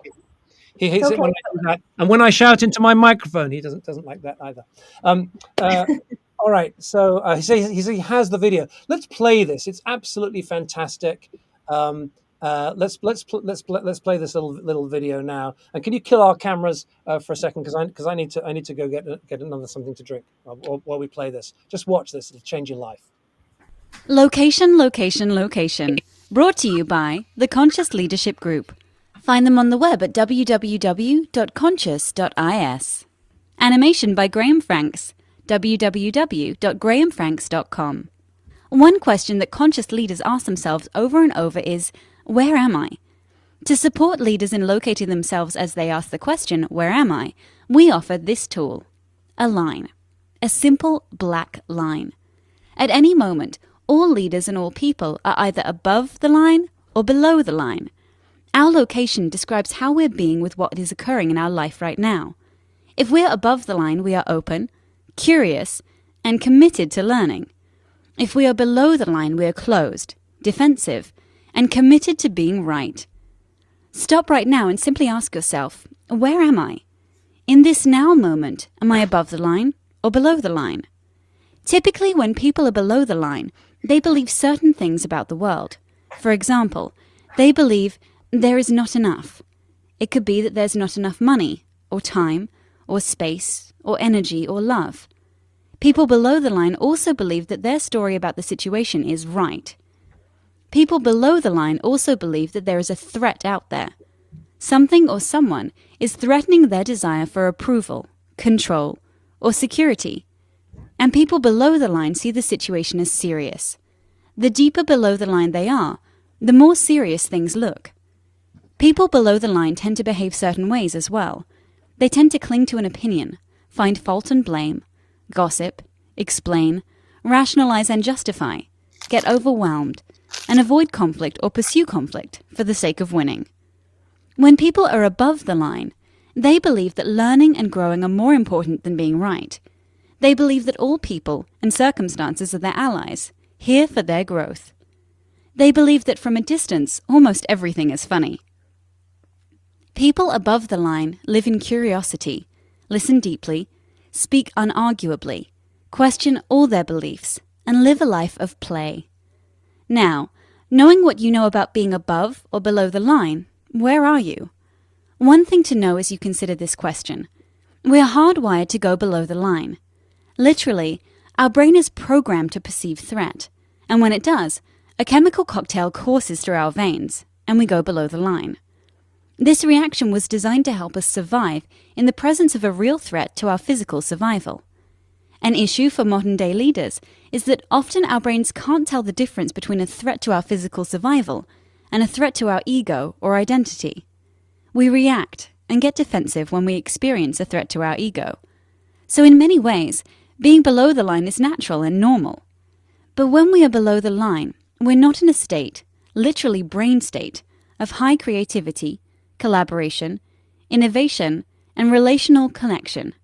We're simply trying to survive. Leaders today location.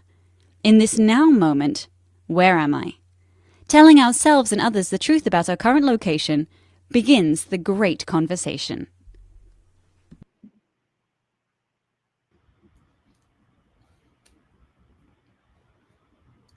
Oh, Seymour, are you muted?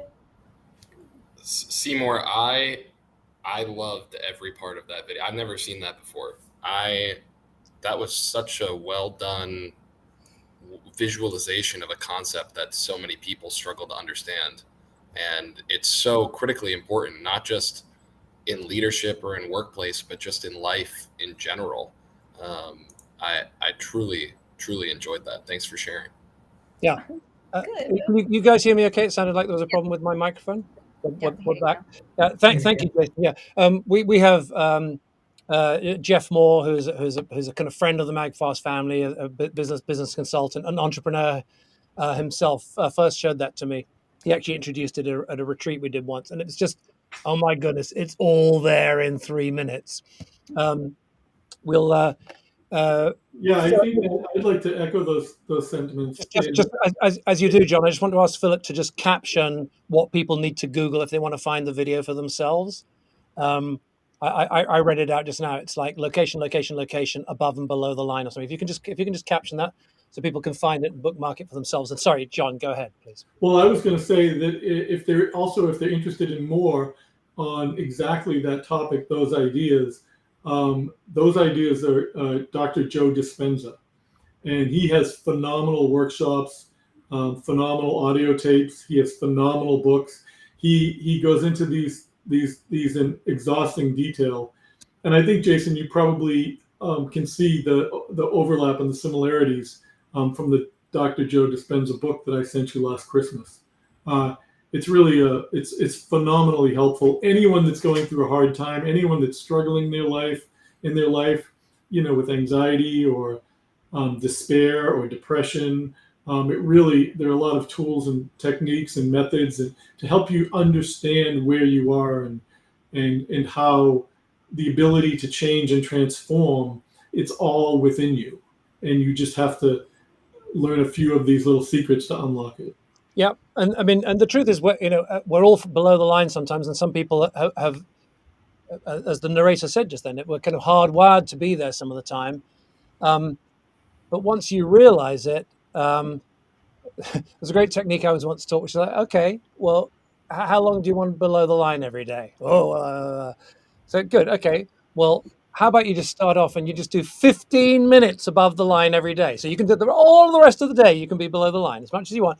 But for 15 minutes, 4 o'clock every day, and no one has to see you, you can go and sit in your car. But for 15 minutes every day, you've got to be full of joy and optimism and coming up with ideas, etc. And you can go right back at 4:15. 4:15, you can go right back to where you were, but for just 15 minutes a day. And of course, what happens is when you notice your ability to change, experiments with people say they do this in pain medicine a lot of the time. Out of 10, how much is your pain?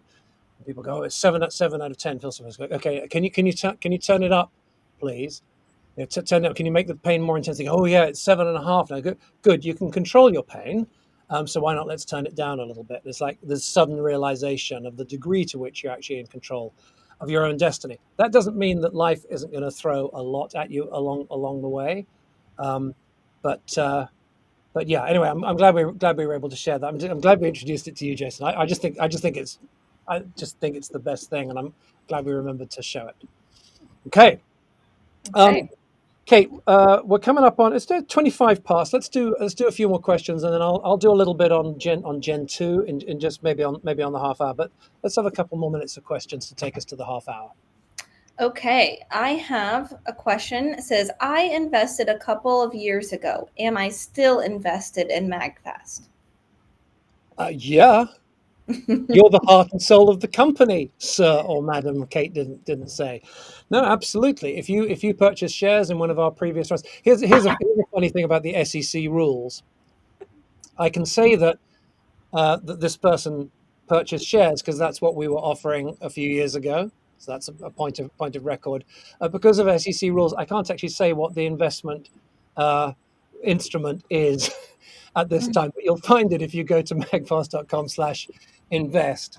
There's another opportunity to invest, and we would love for you to come in alongside. But yeah, no, absolutely, you are an investor, you are a shareholder in Magfast.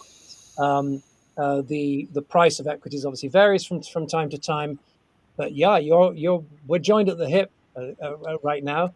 In the future, there may be opportunities to sell shares as well. The folks at Net Capital are working on that structurally for everybody in this universe, and we're also looking at kind of alternatives as well. Because obviously, investing ultimately, your investment you only actually reap the benefits of an investment, or indeed the loss from an investment at a point at which it is sold. And so there are essentially two pathways out of this for selling. One of which is that the shares become tradable in some fashion. That doesn't necessarily mean a full, it doesn't necessarily mean being on the Nasdaq. There are other kind of smaller forums than that.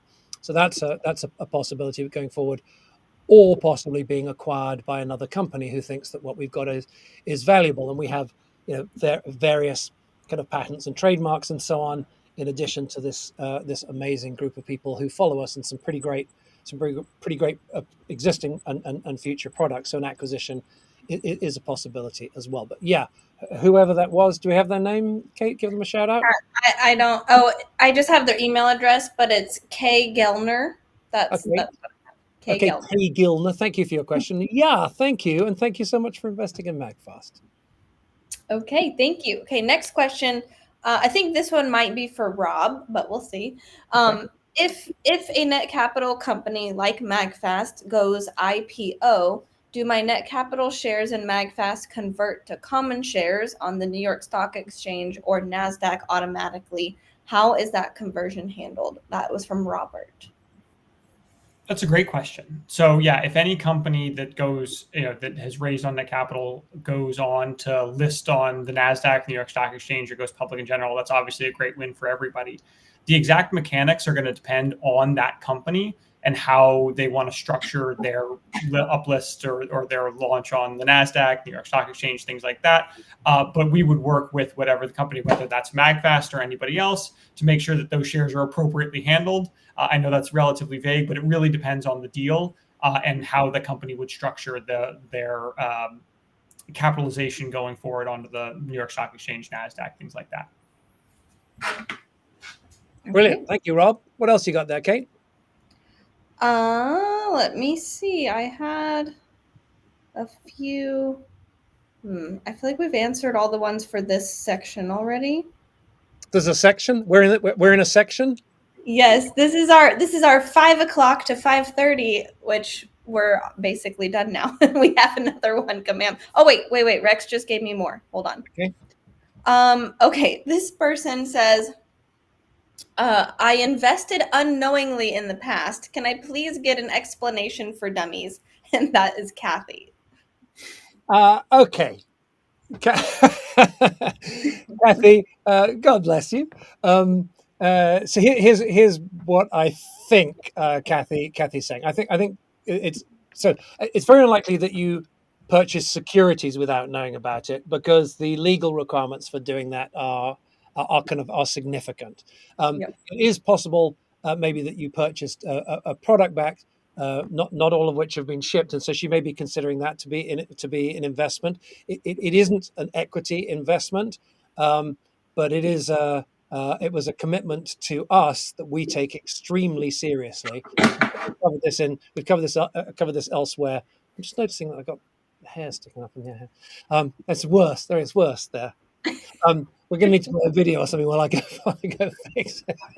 I think it's also possible, Seymour, that Kathy she invested in the company. It's also possible that Kathy that she invested in the company without knowing a lot about it and what it did. Oh, I'm so sorry. Yes, yeah, sure. That's it that could. is Either one, I think. But yes. I either way, we're joined at the hip here. I mean, my wife Amy and I, we probably have more shares than anyone else because we've started the company, but we have the shares. I mean, it's kind of I mean, the future security of my family depends on making this thing work. So we're all in this alongside of each other. I have we can we just loop back to the question, Kate, because I'm not sure whether we've covered it sufficiently or not. Okay, the question from Kathy was, I invested unknowingly in the past. Can I please get an explanation for dummies? I think we've probably given a surface for dummies there, Kathy. I don't believe a word of it. I think, but actually, let me talk about asking dumb questions. I mentioned earlier on. Some of you know that a while back, off of an early, I had a surprising success very early in the days of crowdfunding, and I was invited to an entrepreneurs retreat on Necker Island, which is Richard Branson, yes, Virgin, the founder of Virgin, Richard Branson's private island, and Richard Branson was there for the week. So we didn't spend a whole week with him, but he was in and out for kind of meals and one or two kind of brainstorming sessions. I probably spent a total of kind of 10 or 12 hours with him, including one morning I came down to breakfast early, and there was only one other person there. So I actually had like half an hour with just me, one other guy, and Richard Branson. That was pretty amazing. But the thing that really impressed me about him, watching him, was he was completely happy to say, "Sorry, guys, I don't understand this," and he was very happy to ask what Kathy just did, like ask the for dummies question. This is one of the more intelligent and most wealthy people in the world, just completely happy to look like to look like a fool if necessary in order to increase his understanding. So there you go, Kathy. You remind me of Sir Richard Branson. Well, that's a compliment. I have one other question from Derek. He says, "Do I still retain the same number of shares when I originally invested in two separate fundraisers?" Yes, you do. Yep, Okay. that one's easy. Yep. Okay. Do you want me to do another one, or do you want to move on Yeah. to? Okay, let's do another question. Let's see. When do you anticipate the vouchers for product becoming available for those who choose to invest? And that is from Jonathan. There's a bit of administrative work to do that, and Rex isn't here to confirm this with me. But okay, so Kate, you and I will make a commitment on everybody's behalf. We will make sure everything's in place by the 4th of July. Hopefully, quite a bit sooner than that. But part of it is that the dust has settled on this round. We have to get the data. We need to make sure that we've just completed an audit of 2022 in a lot of detail. It took a long time to do. We're about to do the 2023 audit. These are audits always run in arrears. Our 2022 was quite a bit in arrears. 2023 we're about to do will be publicly available quite soon. And out of that comes a lot of the detailed data that makes it possible. But we will do that, and we're going to make sure that everybody gets their due. We really are. This is, our investors are critical to this business. Our customers are critical to this business, and the customers we've let down they're first amongst equals. I can't say it any better than that. Yeah. Thank you. Okay, I have another question. This is from Colvin. He says, "Since I have purchased, but my order has not yet shipped, is it possible to put my whole purchase price toward the Gen 2 connector equivalents of what I originally ordered? I would not need Gen 1 if I purchased Gen 2. Yeah, no, absolutely not. So the answer is yes. So you're kind of unshipped. So what's the gentleman's name again? Oh, Colvin. So Colvin, your kind of unshipped dollars. So in other words, if you placed an order for, let's just say $100, for $100 of stuff that has not yet shipped, will become $200 in gift vouchers towards the new stuff. So you can absolutely do that. And because this reinvention of the company, this reemergence of the company, this recatalyzation of the company with the help of Kate, absolutely, and the other gentleman that you see on the screen at the moment, as well as many more, Philip behind the scenes, and many others, because it's so important that everyone, and particularly folks like Corbin, who we let down in the past, what we said is, if you choose to invest at any amount, Corbin, in this round, right? If you're someone who has a product that wasn't shipped, we will double up on those vouchers for you, because if you're like, after what's happened, if you're prepared to support us in that way, we're gonna double down on you. So the details are elsewhere, but that perhaps gives an indication of our kind of passion in this whole thing. Okay, it is now. I can't see the message on my watch because Jason Frischman, who's in one of your windows here, is texting on Signal. But I defer to John. Okay, all right. I think that's probably not for me. Snoopy says it is 23 minutes before 6 p.m. That's 23 minutes before 11 p.m. if you're watching our encore presentation at the moment. Thank you for being with us. My name is Seymour Segnet. At Magfast, we are raising a round of financing from regular folks and sophisticated professional investors at netcapital.com. We've raised a few times before, over $8 million, I think, in total, with Rob here, the CEO, and the rest of the team there. At this moment in this round, again, I can barely believe my eyes. As of 22 minutes to 6 Eastern, $1,172,000, 467 and some pennies in there, just in. John Fanning and I like to read out the names of some of the folks who've just invested. So Charles, thank you so much. Michael is just in as well. Sandra K, Mary Ellen H, Bonnie R, and Mr. This next person, you'll understand why. Instead of saying their first name, I'm going to say their last name. Mr. Winterbottom, thank you so much for joining us. I love that last name. James B, Susan S, SS, same as me, Seymour Segnet, love it. Larry is in here as well.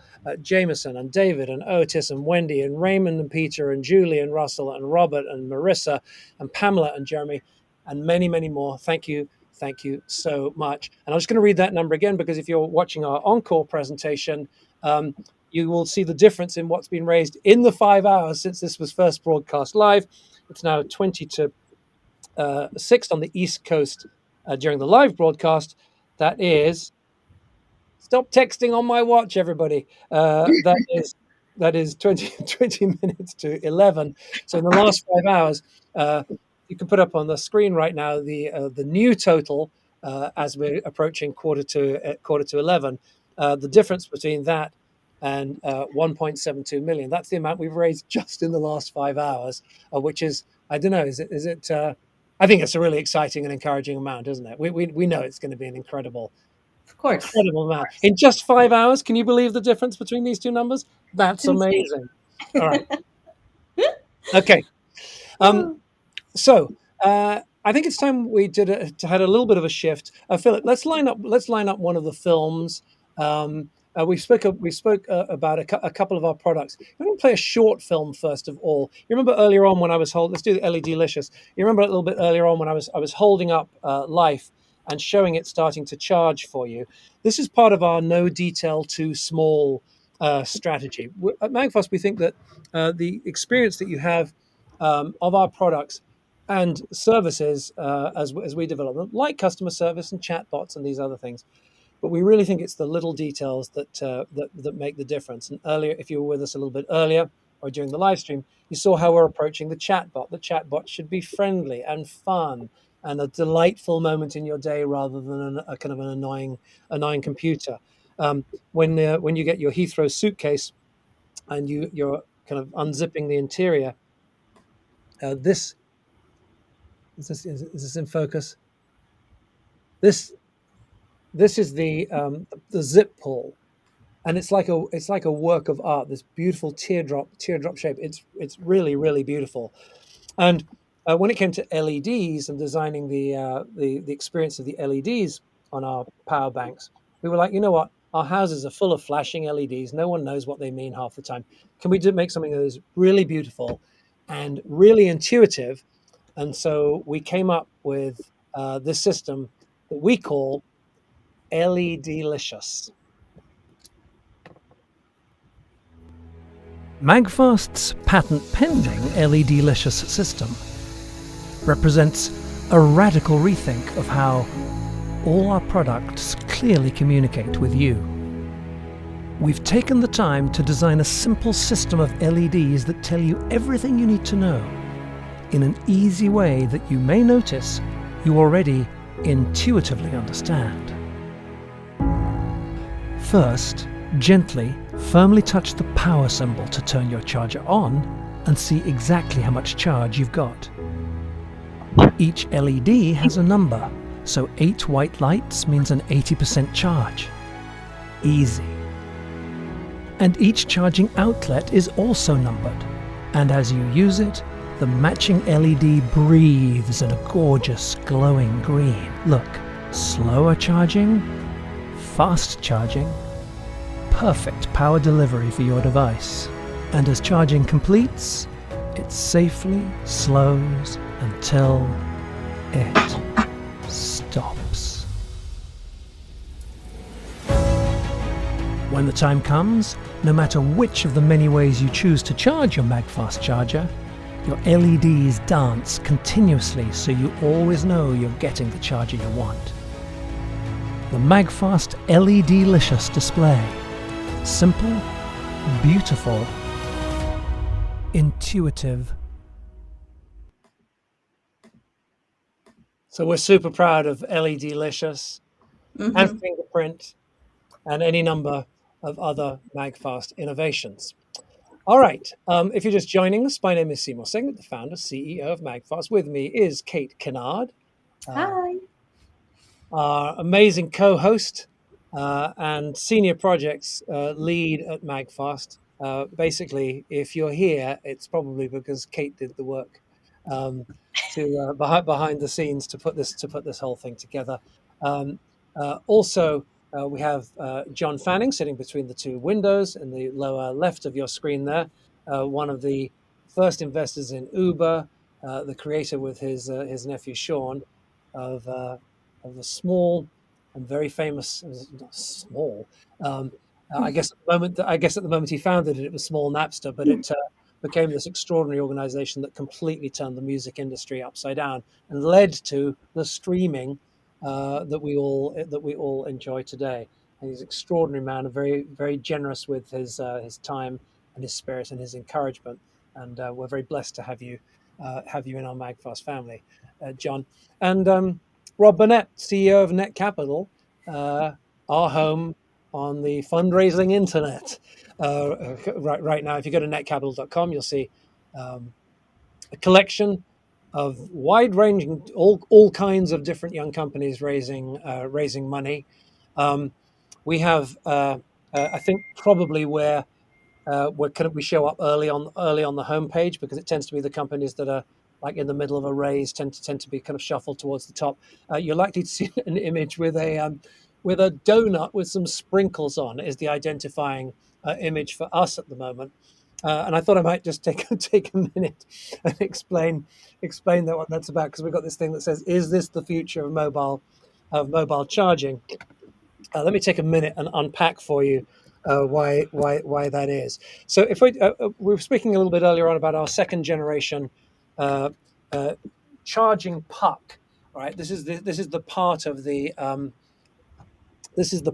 charger that touches your phone and causes it to charge. This isn't plug. Actually, I can plug it in. Let's just grab a wire and plug it in here. Not that one. We'll take this one. USB-C is such a beautiful thing now, because you know when you get the cable, you know that it's going to work, because it's always USB-C. So our second generation charger. This is just a mock-up. It's just immediately started to charge. Oh, meet Razzie here, Raspberry Pi, who's our tabby cat. But the charging connector itself is the thing that needs the upgrade, and I'm just going to show you a couple of slides about our approach, I should say, to our second generation generation charging connector. So it enables, yes, products like the ones that you can see on your screen at the moment, and that's super important. But maybe, and I do need to emphasize maybe, just maybe, we're going to be able to do something extraordinary on top of that. Remember I was saying earlier how your phone has two ways of getting power in. One is wirelessly through the back, and one is wired. Well, typically today, and it varies from phone to phone, but the typical rates that are possible is maybe something like 20 watts from wireless, but double that for wired charging. You might get as much as 40 watts. So we think that we may be able to do better than this. We have a patent applied for, but we think, and here it is again, the future of wireless charging may be the center of the donut. Let me explain. The donut, of course, is that circular charging coil. But this area in the middle isn't really in use at the moment.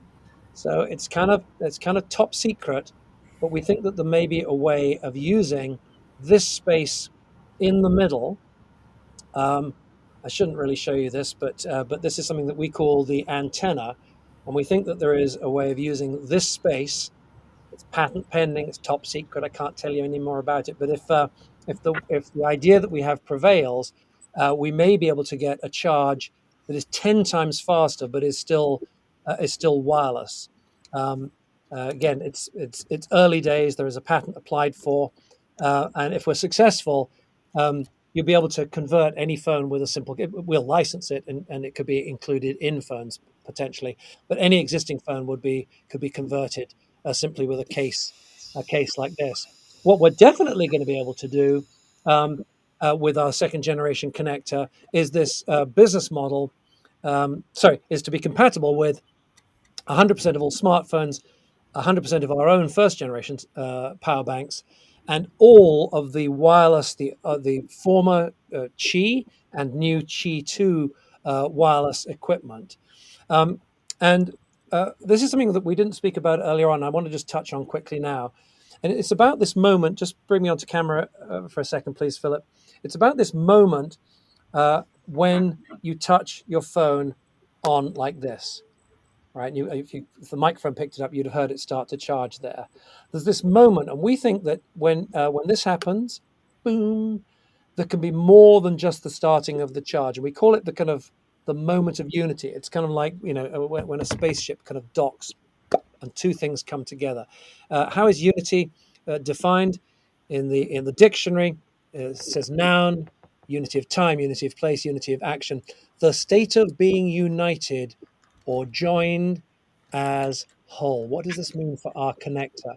Well, for us, it means both so fast charging. That's what you'd expect. That's what the industry is doing. But we think also it's possible to deliver something, a secure proof of presence. Proof of presence is something that's really important because proving that someone is in a certain place allows actions and transactions. Actions and transactions. Let's just talk about that for a second. It's going to be very, very easy for people to use because snapping the two together is such an easy and intuitive and secure way to confirm that you are someplace. There's no dumb kind of logging in required. So let's just talk about actions really quick. What might actions mean in this context? Well, you could use your smartphone to tap to log in a way that's way more secure, to lights and locks and appliances, entertainment systems, windows, blinds, that kind of thing, in the smart home. This brings us into the smart home business when we're successful. And your visitors to your house could instantly log on to Wi-Fi with no passwords. You could give them control of other parts of the system as well. Remember, we're building the future here. If you don't have smart home stuff, that's okay. But it's a huge and growing market that you're likely to be in soon. Fantastic for vacation rentals. Booked an Airbnb myself just the other day.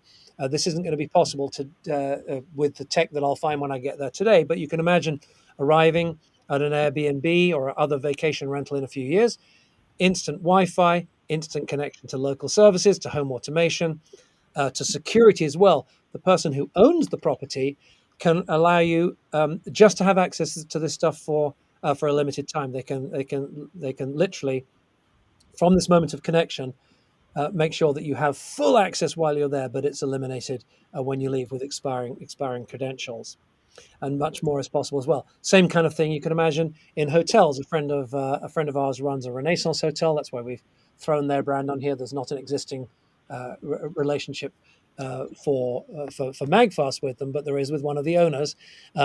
So in hotels, you can see the whole suite becomes possible. You place your phone on there, instant Wi-Fi. Personal room preferences you could keep on your phone and transmit them right to that room. Lights and entertainment, room service menu, services menu, security, expiring credentials, and a whole load more.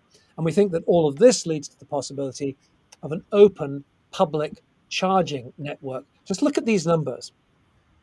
Within the next couple of years, there's going to be 7.5 billion smartphone users. I mean, that's the vast majority of folks on the planet. 60% of people already run out of battery every week.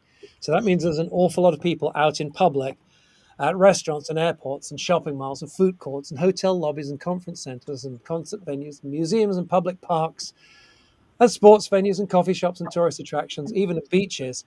But the state of public charging today is it looks pretty much like this. It's pretty lousy. So we think that Magfast, living as we do at the intersection of iconic design and world-class function, and with a mission to change charging for good, we think there's something we can do using, remember I said actions and transactions, using transactions, because at that moment we can imagine public charging where all kinds of things become possible. You could earn rewards points for charging someplace, or you could pay with rewards points to charge. You could have a kind of punch card system whereby, 5 charges and the next one is free, or 5 charges and the next coffee is free. Gamification is possible. How many people have visited which venues and charged? Hyper-local promotions, cashback, and all kinds of things. We, as you know, have already planted just under 630,000 trees at Magfast as part of our commitment to change charging for good. So we want to make sure that as we develop this charging network, that all of the charging is beyond carbon neutral. So when you connect, we're going to know that you're connected, and we're going to be able to contribute towards our commitment to trees. And of course, payments become possible. So people don't currently pay for charging, which is why public charging isn't very good.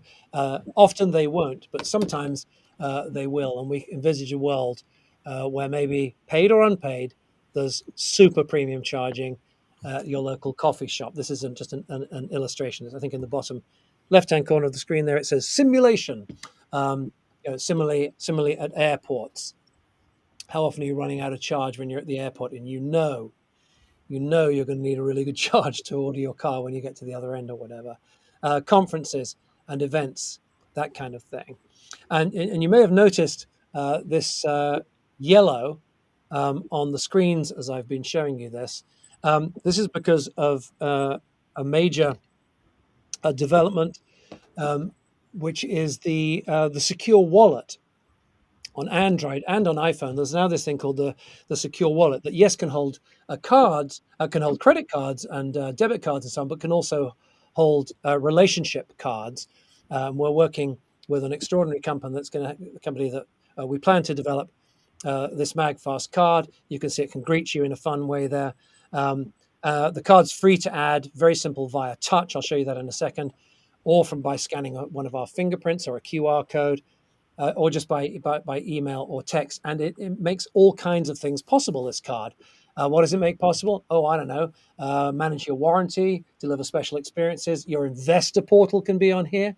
Promotions and networking and loyalty and access, rewards points and customer care, sharing the brand and all of that kind of thing. So let's just do a little quick demo and see how easily I can add one of these cards over onto my phone, Philip. If we can bring it up, please. So here I am. Imagine that I'm out in public with my phone. I go over to one of these Magfast public charging stations. If you can bring that up. Do you have that camera to bring up on screen, please, Philip? Here we go. So I'm out in public. There's an unbranded one. Here's a branded one. Let's just try this. And as I introduce the phone up here, I should probably just open the phone security. But as I bring it in here, it gives me the chance to. With a couple of taps, here it comes, to add this card. Like I can simply tap here and add the card, and it goes directly into my wallet. So it's right here in my secure wallet. Hello, gorgeous. All right, Jackie Marshall with your your kind of your membership number, your points count is up there, and then on the back, all of this information can be unique to the individual, not just to the individual, but the individual in a particular location. So if you're at the airport, what we're feeding to you here could be different. And it also, back onto the main camera, please, Philip. It also allows us to send folks notifications. This is extremely powerful. Once the card is in someone's wallet, it allows us to send notifications. So if someone is for instance, in the airport, we can pop it up and say, look, there's charging nearby for you.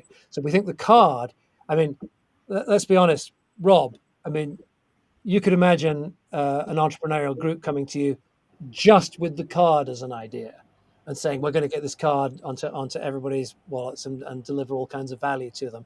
We think the card can be an extraordinary stealth add to everything that we're planning. So just a little window into the things that we're thinking about. Please put your questions into the box below if you're watching us at magfast.com, answering as many questions as we can get to with our panel of experts gathered from around the entrepreneurial world. Kate Kennard is my colleague, my amazing co-host, and perpetual source of above the line energy here at Magfast. I always say to her, hey, if ever this crazy thing with me doesn't work out, you have an amazing future in television and streaming, because she's really become an extraordinary presence in video. I think we can all agree to that. Rob Burnett, in your upper right hand corner, is the CEO of Net Capital Funding Portal, which is where we're raising funds right now for Magfast. The incredible John Fanning is in your lower left there. Entrepreneur's entrepreneur, and a source of endless energy and guidance for us as well. And Jason Frischmer is the original founder of Net Capital, and a man wise beyond his years, it will be fair to say. All right, any thoughts that anybody has after we just went through those slides just now? And then, being as it's just 6 o'clock on the East Coast and coming up on 11 o'clock during the replay Eastern time, I guess that'll be 8 o'clock for you if you're watching the replay and you're on the West Coast. With apologies to everybody in every other time zone. We should probably check in on our fundraising total in just a second. But any thoughts that anybody had after looking at, for most of you, I think you're probably seeing those slides for the second time. Yeah, well, that's I mean, with a reaction, yeah, we're gold. No, they were great. I think if that's everybody's reaction, we don't need anything else, and we should. Well, I think the really exciting thing, Seymour, that I saw that may have been lost is, when you talk about the card, you talk about fingerprint, you talk about the technology. Jason mentioned earlier, people looking for charging in various places, restaurants, libraries, their friends' houses. The point that I think is really critical is that we have an opportunity to take this technology and integrate it all together into one place. And you're calling that place the card, but really that's a place where everyone in the Magfast community can participate, interact, get connected to each other, and get value from being a member and a part of the community. So I think when you talk about even the presence of Maggie in moving forward, placing someone like Maggie in that community and making Maggie a resource for the people, for the entire community, could be something that becomes very valuable to users of Magfast product. And so I think that account, and I think that enabling technology is very powerful. And of course, it's not something that that we can use and experience today in any way other than the limited ways that you show. Mm-hmm. But the potential to leverage that to move into the future, I think, is incredibly powerful, and to bring the Magfast community and find ways to connect the Magfast community to artificial intelligence in ways that are very practical and can help them solve real problems. Whether they're traveling and want to find a charger, or maybe having trouble with flights and they're at an airport, or they're looking for a particular product. There's a lot of opportunity that by connecting people to each other and connecting everyone within the Magfast community and integrating and leveraging AI and data and connectivity, you can create enormous value. And I forget how you said it, but you said something like, just bringing a little bit of joy into people's lives, making people a little bit happy, adding a little bit of happiness to their day. And I think I find that's what I get. And yeah, sure, it's a lot of that is Kate, but you get some credit for that too. Hello. All right. Let's bring in the aforementioned Kate. Kate, what's going on online with the questions with the community? What are people saying? Well, there's lots and lots and lots of questions. Rex and I are going through them and trying to find the best ones. But I do have one for Rob. V Mayo. So the people asked when they ask the questions, I only see their email address. Excuse me. So I can't give you his full name or her full name, but it's V Mayo. And this person said, "Can I change the amount I invested a couple of days ago without canceling the amount and starting over?" So the short answer is no, you can't change the amount of an existing investment commitment. If you want to invest more and you're able to under your investment limits, you can always add an additional investment. It doesn't cost anything unless you decide to use a credit card, in which case there's a small administrative fee. Or if you'd like to invest less, you would have to withdraw your investment and reinvest at the lower amount. Okay. My guess is this person wants to invest more, but I don't know. It's a good guess. That's our strong recommendation. No, you do what's right for you. If going up feels right for you, that's fantastic. If you went in, if you were a little headstrong previously and you want to attenuate it a bit, then please do that. As I say, we don't want a penny of anybody's money that isn't right for them. Let's keep going. Let's keep going with some questions, please, Kate. I know you're not short of them. It's just trying to kind of collate them all. That's the challenge, right? Yes. Could we go over again what the perks are for investing for previous Magfast or Magfast customers that have unshipped items, and for new investors as well? People want to know what. I think let me speak to the new investors first of all, both because it's very simple for new folks, or folks who don't have anything that we didn't manage to ship in the past. It's very simple. For every $500 you invest, that's whole $500 is not 475, because that's almost 500, isn't it? But any amount over 500, we will give you we'll give you a voucher for $100 worth of product. So if you were to do, a lot of folks are investing. I mean, I think the average is 1,100, something like that. A lot of folks are investing 1,500. Let's take the example of $2,000. If you go ahead and invest $2,000, that would be 500, 500, 500, 500, right? So you've got $400 worth of product. Yeah. So, awesome. But it's in tranches of 500. Invest 500, you get 100. You invest 600, you get 100. 700, you get 100. You need to go over the 1,000, and then you'll get a second one of these 100. So please, so invest whatever's right for you. But please don't come in just under 500 or just under 1,000 or just under 1,500, because it sort of feels unfair. But the rules is the rules. And I just want to make this point in the nicest possible way. You can't believe how expensive customer care is. It's been one of the biggest challenges that we've had. We've spoken about this in our crucial update that we did recently. If you haven't watched it, please see the replay at magfast.com/status or status. But we explained there that because of our past delays in getting products to people, the burden of customer care, which is completely fair of people to call in. Of course you would, but servicing that has drained a lot of resource that could have been put towards delivering product and making folks happy. So because of that, just going back to the question, we're asking what are the perks for investing. So if you don't have any outstanding shipped products, so stuff that you've ordered and we haven't shipped, then 500 invested gets you $100 in product. If you do, then if you choose to invest, we're giving you some bonuses or some credits for your unshipped product, and we're going to double that if you choose to invest in this round. It's a sort of it's a bit of a shameless bribe, but it's so important that we get huge momentum at the moment to take this thing forward. And you've just seen the vision that we have and the plans that we have. You're meeting with Jason and John here, and Rob anchoring things at Net Capital. You're meeting the caliber of people that we've got behind us now.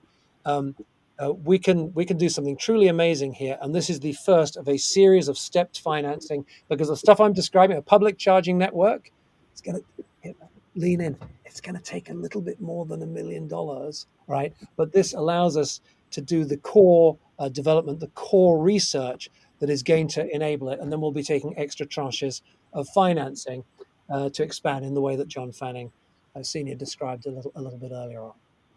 Okay, next question, please, Kate. Well, since this question kind of comes off the back of what you just said, this is from a different Rob. He says, can you please answer some financial questions? With only 1.2 million, we probably will have more later, but just saying. Mm-hmm. With only 1.2 million raised so far, is that enough to execute on your revised plan? How will you manage the shortfall? Longer lead times, less marketing, less product shipped, etc. So it's a great question. I think, in fairness, I kind of covered it over the last couple of minutes. So I'll recap quickly because I think it's right. So this financing at the moment is it's really testing whether you guys believe in what we're doing or not. And the answer, within minutes of opening up last Tuesday evening, is a resounding yes. I didn't expect us to be anywhere like this by now. I thought we would be. I thought if we got, if we get $250,000, that's great. That allows us to keep the team working for a while. We're putting plans together with kind of John and the rest of the team of advisors.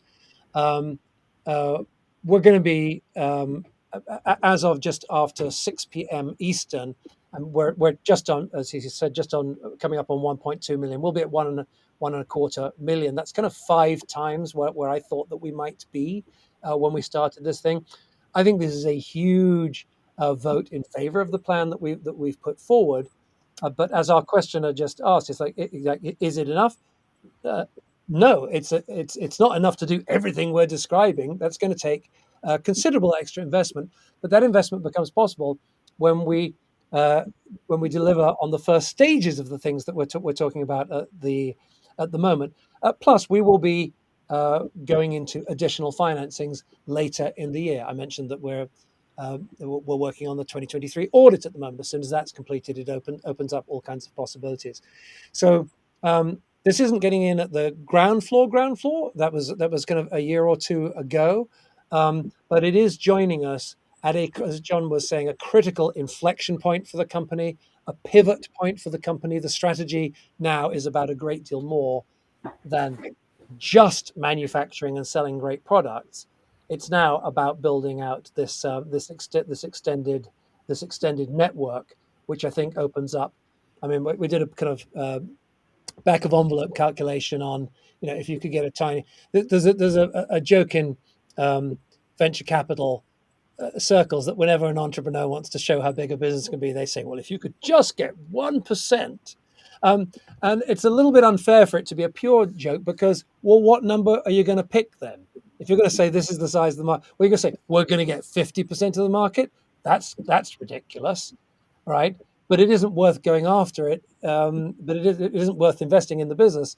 But the numbers are, if you were to take 1% of people who run out of charge every week, okay, so there's billions of people running out of charge every week. If you could just get 1% of them to pay you a quarter, you'd have a business that's comes out about $500 million a year. So you could be much less successful than that and still have a very, very, very nice business. Will we be successful? I don't know. To me, it seems 1,000 times more likely than it did just a few weeks ago. Thanks to the people in the room right now, and thanks to you for supporting us. Thank you. So I have a question from MP Stein. She or he says, excited and optimistic about this pivot in Magfast's development. Are there changes planned for the company's organizational structure? And what will John's role and responsibilities be during this phase? It sounds like she or he loves John and wants to know what he's doing. Well, I can answer that. Our family were one of the early investors in Magfast, just like everybody else. And as I do with Net Capital, my role at Net Capital is I'm an advisor at Net Capital. I provide them with help and guidance that comes from my 40 years of experience in the technology business. And I'm someone that's going to provide help and advice and guidance to Seymour and to Magfast. And so to get a sense for what that actually means in terms of my time, I meet every day with the Magfast team. And I spend hours of my day working on helping Magfast become the great company that I think it can be.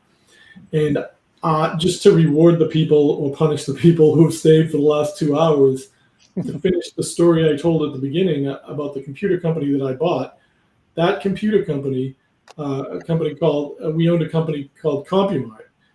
It was Cambridge Digital and Cambridge Automation. We owned CompuMart, which is a computer magazine that sold computer products, and we had over 95% of the market share in catalog sales of computer equipment. We helped Apple sell their first $5 million worth of product. And I can tell you that what I see here is I see a company with that kind of potential. So somebody asked earlier, you only raised $1 million, how far is that going to get you? Well, it's a good question, but you're not going to build Apple Computer with $1 million in capital. What you're going to do, like I said earlier, is you're going to raise a little bit of capital. You're going to take that capital and you're going to get the momentum from that capital and you're going to build some products. And you're going to take the momentum from the product that you built and you're going to give it to customers. And you're going to create a little bit more momentum, and then you're going to do another round you're going to raise more capital. And you're going to do that to fuel your growth. So it's perfectly reasonable. It would be a huge red flag if companies weren't raising capital, because if they're not continually raising capital, they're not growing. They're not going to be the companies that you're hoping that they're going to be. So I think this is an extremely positive indication of the support that the community has, and that's what's attracted me to it. So I hope that answers your question. But I see, when I look at Seymour and I interact with Seymour, and I love the video that he showed earlier, because he's a positive, creative, artistic force, and that's what the industry needs, and that's what he brings. And we all know it. That's why we're here. Thank you, John. That's kind. And I just want to underline when John invested, alongside many folks watching now, way back early when we were first seeking investors. But the real investment now has been since we've been working together over the last couple of months. I've been around a while. The number of people who really show up is sadly limited. Everybody promises a big game. Few people really show up. And John has over-delivered and over-delivered and over-delivered, kind of at every stage, with energy, ideas, with his team. Not everybody's here today, but we meet with a team. What is it, John? Of 5 or 6, I think. Yeah. Your folks every single day, and that's where if you sense a kind of a renewal of Magfast energy, you're looking at one of the key sources right here. But it will continue to be John works with other companies and has other projects. It seems like we're one of his favorites at the moment. But we're not going to make John the kind of the VP of anything like that. It would drive him crazy. He'd probably drive us crazy as well. But that isn't where his strength lies. But I think the question was a little bit broader than John. Yes, we are looking to grow and strengthen the management structure. Bring in as we make progress on the things we're talking about now. Bring in more and more specialized folks in each of the areas. Like I can operate a spreadsheet, but you don't want me doing your accounting, right? You want a great accountant doing your accounting. And so as we bring in more and more folks who are experts and world class in their field, and that means that my role will evolve over time.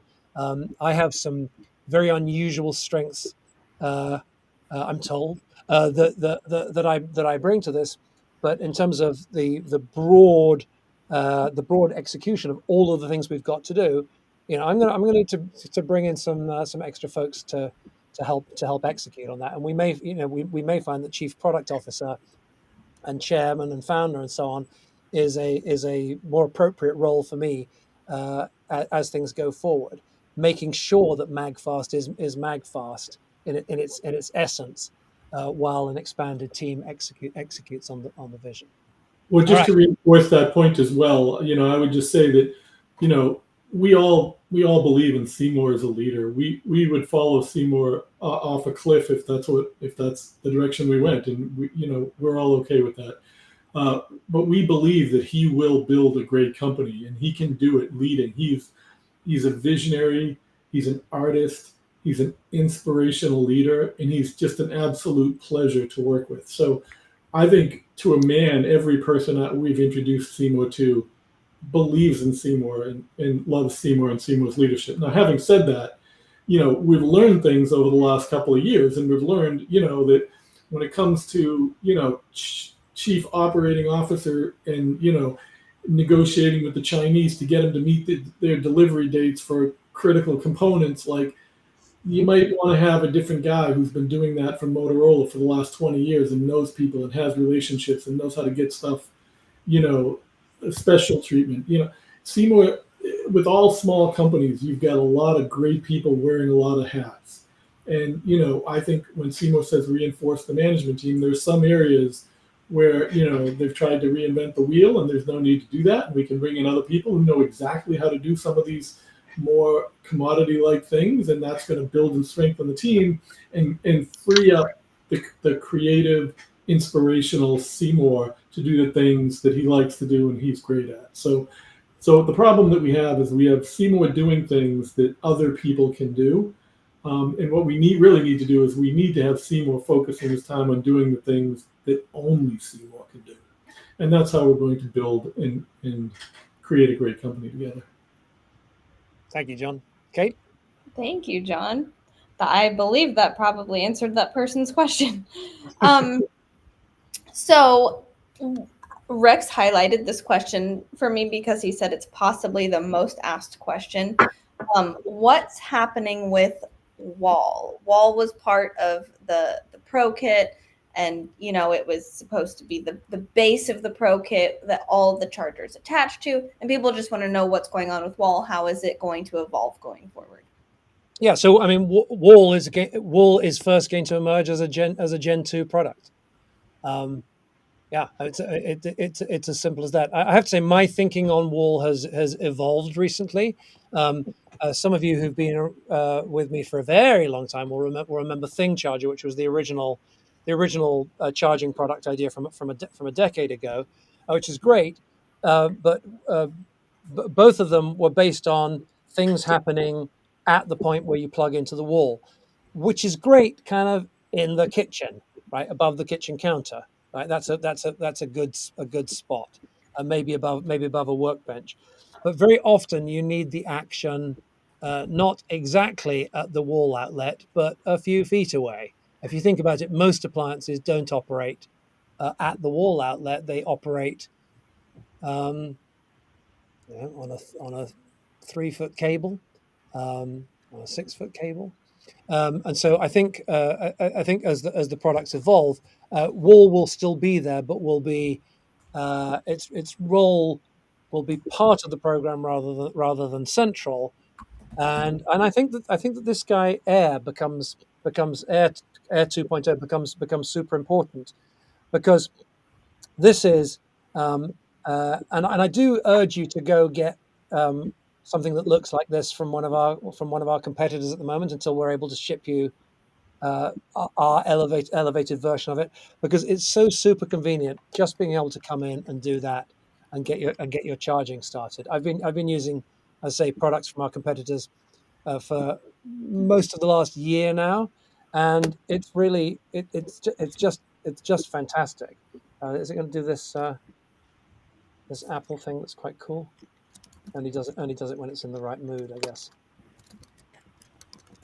Yeah, there's a cool thing it does sometimes where it puts a different display up for you when you put it on sideways. But this magnetic connection Qi 2 circle of magnets and wireless charging is just awesome. You're going to love it. You're going to love what we do with it even more when we get it to you. But in the meantime, pick up one or two of these, and I think that air, you're going to want it beside your bed. You're going to want it on the kitchen counter. You're going to want it, and so we sort of see air now as being more of the kind of the base and the center of things. Wall will be a nice unit that plugs into the wall. It'll have a bit of wireless charging on it. Are we able to get the picture of it up, Philip? It's probably easier for me to find it and bring it up, isn't it?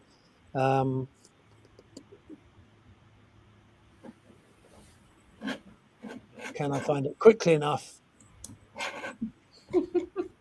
It's like you know what? I'll put this shot of all of the products up here, so you can see wall there is in the upper right hand corner. It'll just plug in. It'll be this nice cool disc that plugs in. Some people will be saying, well, hang on. In the past, you used to pass through the outlet's power, right? Why are you not doing that anymore? I'll tell you why. It's because then you're making a product that is only good for one region, and making it for multiple regions massively increase the cost of production. So Wall will have adapters in the back that allow you to plug it in anywhere in the world, but it won't have the power outlets. But what it will have is some USB-C on it, and also have the Gen 2 connection on it. But I think most of the time around your house you're going to be wanting air everywhere you turn, on the kitchen counter, on your desk, by your bed, everywhere. What else you got there, Kate? Okay, let's see.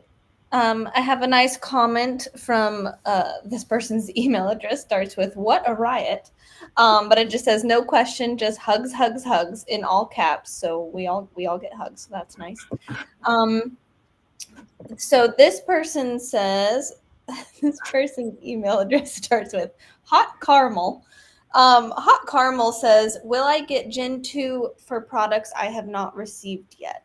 So I think some people are still just a little, they either weren't here earlier, or they haven't watched the video yet, so they're still just a little confused on how you get Gen 2 and what's Yeah, going on. I mean, this presentation is sure to answer all questions, but I want to make sure we're not just cycling through that question over and over again. Yes, you're going to get at a minimum double credits that you'll be able to use towards second generation products. Is the short answer to that.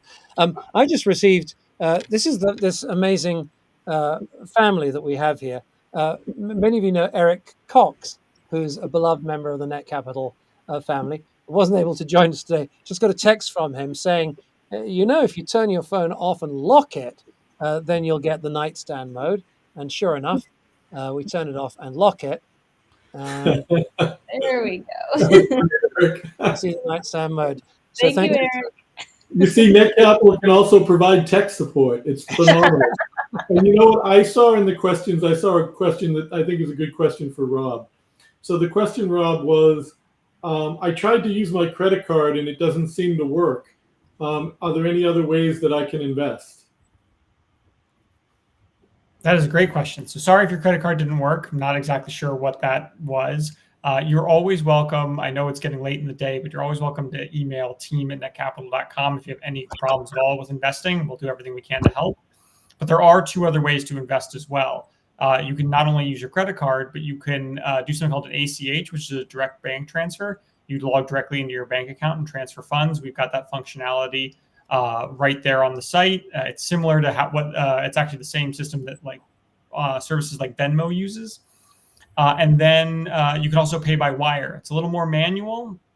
You actually have to go to your bank after the fact and initiate a wire. But there's a lot of good advantages for that if you choose to invest that way. And a second question from Janice. Do you have to invest $500 or can you invest less? So you can certainly, from Net Capital's perspective, invest less. I think the minimum investment is around $100 right now, but you can invest depending on how much you're comfortable with. But then, Seymour, I know that there are different tier perks and things around the $500 level that you might want to speak to. Yeah, sure. So as we said, the minimum I think is just over 100. It's 110 bucks. We're just for folks for whom it's appropriate, we're doing for every block of 500, we're doing an extra $100 in product. So if you're able to, if you're able to get to 500, and that's appropriate for you, if you do whatever the next, I think you type in 500, right, Rob? The system, because the share price isn't exact number of dollars, it'll say, do you want to go up to? It'll round up or down to the nearest share price up, depending on which you choose. So if you round up and you're over 500, we'll do $100 worth of products. I'm seeing a couple of questions being thrown up on my board here. How can we get an order Gen 2 products? That's from Sheeb3240. Hello, Sheeb3240. They will be ready to ship when they're ready to ship, and they'll be at store.magfast.com. Right now, you can get America's highest rated smartphone cable there. Someone says, will Magfast Gen 2 work with a smartphone that's still an Android phone? Oh, yes, all day long. The whole point of Magfast Gen 2 is it is totally compatible with the entire smartphone market. The entire market is moving towards this these two standards. USB-C for wired connections, right? For which we've got the Magfast Lux, the cable that people love with this incredible, beautiful shape, premium price, premium quality, beautiful packaging, Magfast Lux. People just love this product. And then the Magfast Gen 2 wireless connector, which is going to look like this. This is compatible with all phones of its kind. And if you're using it horizontally, like this one, you'll be able to put this is an older phone that doesn't have the magnets on it. It just says wireless charging. You'll be able to place that on. You'll get a straightforward wireless charge, same as original first generation wireless charging. But yeah, if you've got the circle of magnets on the phone or on the case, you can convert any phone with wireless charging can be converted with a case. It'll just snap right on like that. Awesome. I have a question that is for Jason and then also maybe John. It says, what characteristics do you look for in startup companies that you consider promising? Let's have Jason answer that, because I answered that question earlier. And so if people have watched the previous recordings, I think I gave a great answer to that. But let's hear Jason's answer to that. Sure. I think that beyond anything else, it's always the people, especially at the earlier stages that you would expect to find a startup company with a disruptive technology. I mentioned earlier in the broadcast that one of the most important things that I look for is how you manage adversity, how you handle obstacles, how you look for the door when all you see is a wall. I think that that's probably the most critical component of success. And I know for sure that Seymour is the type to find the door, and if there isn't a door, then he might just go through the wall. And that's what you love to see in leaders and in entrepreneurs. And it's not only about being that person yourself, but being able to create a community and a team around you who will do that with you, who believe in the vision, who believe in the goal, and who care. One of my earliest investors in Net Capital, he took me to dinner soon after his investment, and it was a round table with some of the other entrepreneurs that he had invested in. And somebody asked him, he had enormous success in his startup. And they said, what do you think contributed more to your success in entrepreneurship, your attitude or your planning? And he did not even take a second to think about that question and said, attitude. Plans are meant to be changed. Plans are there to give us a roadmap and to understand that this is what we think is going to happen. But as we learn new information, we have to adapt. What's absolutely toxic to companies and to teams is losing that belief and changing that positive attitude and seeing the bad instead of embracing the good. And so that's what I look for. I look for positive energy. I look for a good attitude, and I look for the ability to change, adapt, and overcome. So I do think that people is a really tremendously important component when you're evaluating an investment opportunity. And then having said that, you know, I coach and encourage people to be the change that they want to see in the organization, in the community, and in the culture. Lead by example. And I'm so impressed with Seymour's ability to do that. Thank you, John. Guys, thank you, Jason. I know Jason has to leave in a few minutes, so if anyone else has any questions for Jason, now is the time.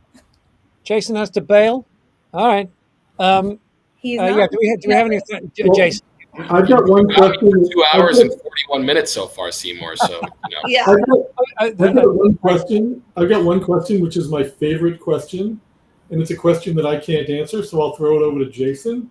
It's from L Chow at primefgtech.com, and he says, "I'd like to thank John Fanning for reaching out, connecting me to this project. However, with so much AI fraud going on, it just makes one wonder if that is the real John Fanning." What? How can they know that I'm not an AI simulation of John Fanning on a Magfast call? Wow.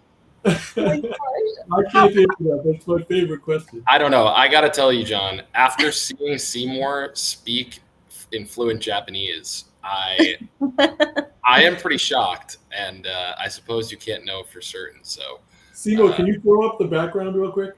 I think next time, John, we might, or Seymour, we should do an in-person meeting, and then, you know, then you'd have to get a robot if you didn't want to come in person, John. Yeah, I thought that was a great question. I think it would be too. If you just heard John saying, "Can I throw up the background, please?" It'll take, because of the environment we're in here with the streaming environment. Yeah. Take too long to do. But in a meeting the other day, I was able to put using AI. I was able to take a picture of John in front of his two windows that you can see there. That I took a screenshot of that, asked AI to remove him from the picture, and then placed it behind me as my background. So for a while in the meeting, there were two of us sitting in that room. I promise, for better or for worse, I promise it's actually me. Seeing as it was mentioned just then, it was fun, and probably there's some new folks watching now from when we played it earlier on. Philip, can you just get the Japanese AI thing ready? We're looking at ways of introducing AI into the company in ways that can be appropriate. Obviously, very powerful tool. With great power comes great responsibility. But one of the things is that we produce a lot of content in the English, in the British language, in the English language. But at the moment, there aren't folks, and as one of the main communicators in the company, I'm certainly only fluent in English. Je parle un petit peu de français, mais c'est pas, and I've run out already. I was trying to say it's not enough, but c'est pas suffit. Is it sufficient? So I certainly wouldn't be able to present the way that I do in any other language, or could I? Able to broadcast in multiple languages. If you're hearing me speaking in anything other than English right now, that's because of the incredible power of artificial intelligence. And I can actually transform into almost any language at any time. Like this, you see, I can go. ダウンタウンへの切符を買おうとしたけど、何か間違って今小さなヤギを持ってしまった。新しいペット、ミツキミルカロットを紹介します。So that is real footage of me transformed by AI, which took a voice print from me. I translated everything I was saying, because I was actually saying those things. I was saying, I accidentally purchased a goat or whatever it was. So I said all of those things, and then the AI reanimated my mouth and made the translation. So I think as long as we declare that to any foreign viewers that they are indeed watching an AI version of it, that could be very powerful, and we can use AI to enable customer service, to serve customers in multiple languages. I think that could be very powerful for us, and we're also We're also developing this chat service called Maggie. Let me see if I can find the slide of her that we can bring up. We can bring up on the screen. Where are my slides here? Where's my Maggie slide? Can I find her quickly enough? Will anybody else step in to fill the void while I'm looking? Well, I have before Jason has to run, I have one more question that I think I'd like to hear Jason's answer to, and then of course it's really directed towards you, Seymour, so you can fill in. But the question is a really good question. It's from Dolan 686, and it says, "Do you intend to take the company public? How can we make money off the shares that we buy today? Apart from helping you and raise capital, how will this investment benefit me financially in the future?" And I'd love to hear Jason talk about that, because I think that's a great question. Yeah. Well, it's a good question, of course. I mean, you are investing, obviously to support a company that you believe in, but ultimately it's to make money. It's not charity. It's not philanthropic. It's an equity investment. And so it's important to be able to see the future and be able to make money. Typically, the ways in which you make money as an investor in a private company are either when the company has an exit event, which is typically an acquisition. So if some larger company came in and acquired Magfast for some multiple, that would be considered an exit event, where your stock would then be returned with cash or stock in a larger company, and you can use it as an exit. And then the other most common way to get liquidity is through a company going public. And so if Magfast chose to list on a public exchange through an IPO or a direct listing or an acquisition, whether it's NASDAQ, the New York Stock Exchange, OTC, or an international exchange, that would give you as an investor the ability to access a liquid market and be able to resell your stock to other interested parties and potentially make money depending on how the demand was for the stock at that time. Obviously, at this stage, there's no way to know or to guarantee or to suggest what types of returns you could expect in an investment in a company like Magfast. That's for each individual to make their own determination as they do their own diligence on Magfast or any other company that you're interested in investing in. But that's the hope. The hope is that the company that you choose to invest in goes on to find success and ultimately is either acquired or goes public themselves in an effort to increase their own value and return value to their investors. Does that answer the question, John, as you had hoped? Yeah, I think that was a great answer, Jason, and I think it gives great perspective. And it's not an answer about Magfast, but an answer about investing in the asset class as a whole. I think one of the things that I think the regulators and government have lost sight of is that investors need liquidity.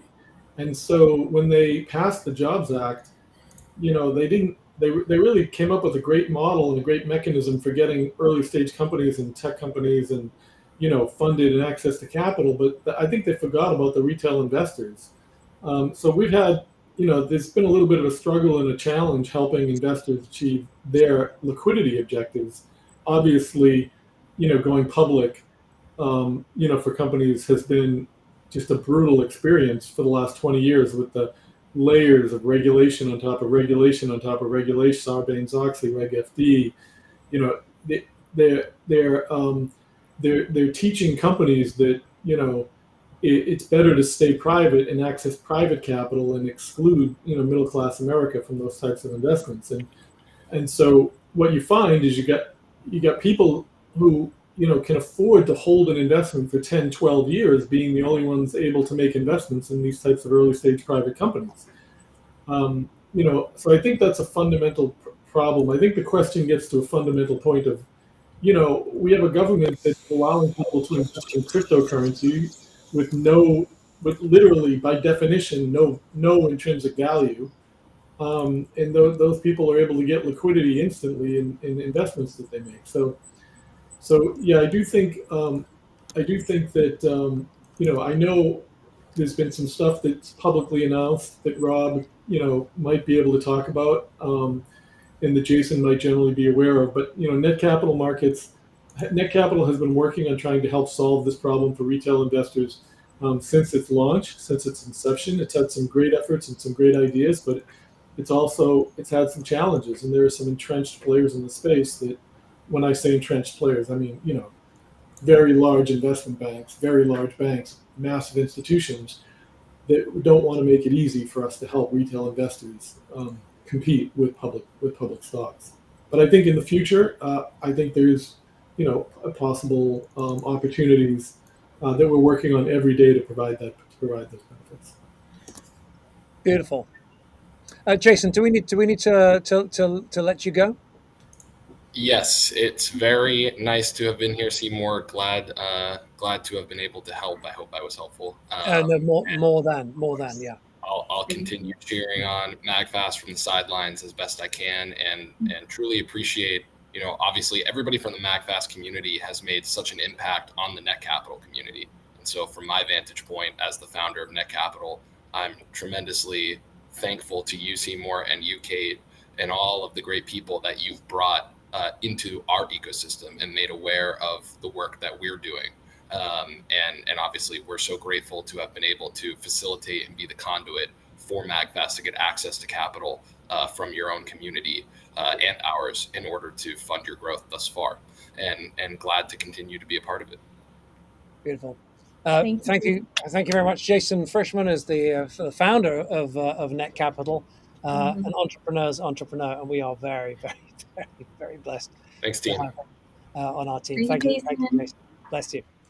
All right, it is coming up on 1:45. Hey, if you're watching the replay now, it's coming up on 1:45 midnight. If you're watching the replay, 17 minutes left to invest in Magfast in this round. If you are with us on the original live broadcast, just 5 hours and 17 minutes left to invest in Magfast. Let's just check the running total at the moment. Let me refresh the page and see where we are. We're currently at 1,202,000, just under 203,000, just a few dollars short of 203,000. That's as of 6:45 Eastern, 6:45 midnight Eastern, 5 hours. Do I mean this? Yeah, did I get my number right? It is a 5 hour difference, isn't it? 6:45. I don't know. Yeah. So if you're watching the replay 5 hours later, the number is appearing on your screen right now. That's the total right now. Thank you to everybody, and that's the difference over the last 5 hours. Mm-hmm. Right. So live, 1,203,000, give or take. Right now, the number on your screen represents the difference just over the last 5 hours since we broadcast live. And on the subject of broadcasting, the handsome bearded gentleman in the center of your screen on the left-hand side, Rob Burnett, only the CEO of Net Capital, ladies and gentlemen, joining us live this evening, conducted a fair and free Q&A a few days ago with me and with Rex Northern, our special projects director, who's actually the mastermind behind the scenes of this whole fundraising. Together with Kate, they did all of the kind of administrative heavy lifting while I went off and kind of put the presentation together. We kind of did the divide and conquer. We helped each other out, but we stayed in our lanes.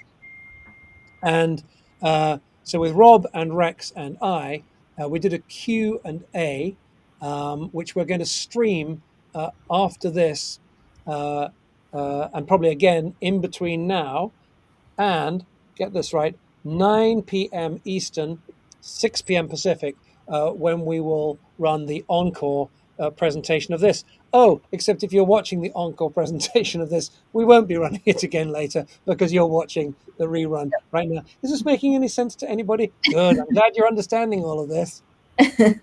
All right.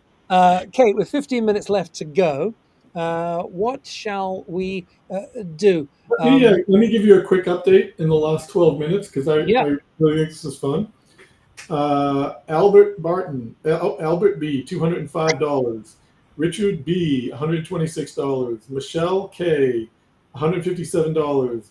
DeChristy A, $444. Deborah Edge, $110.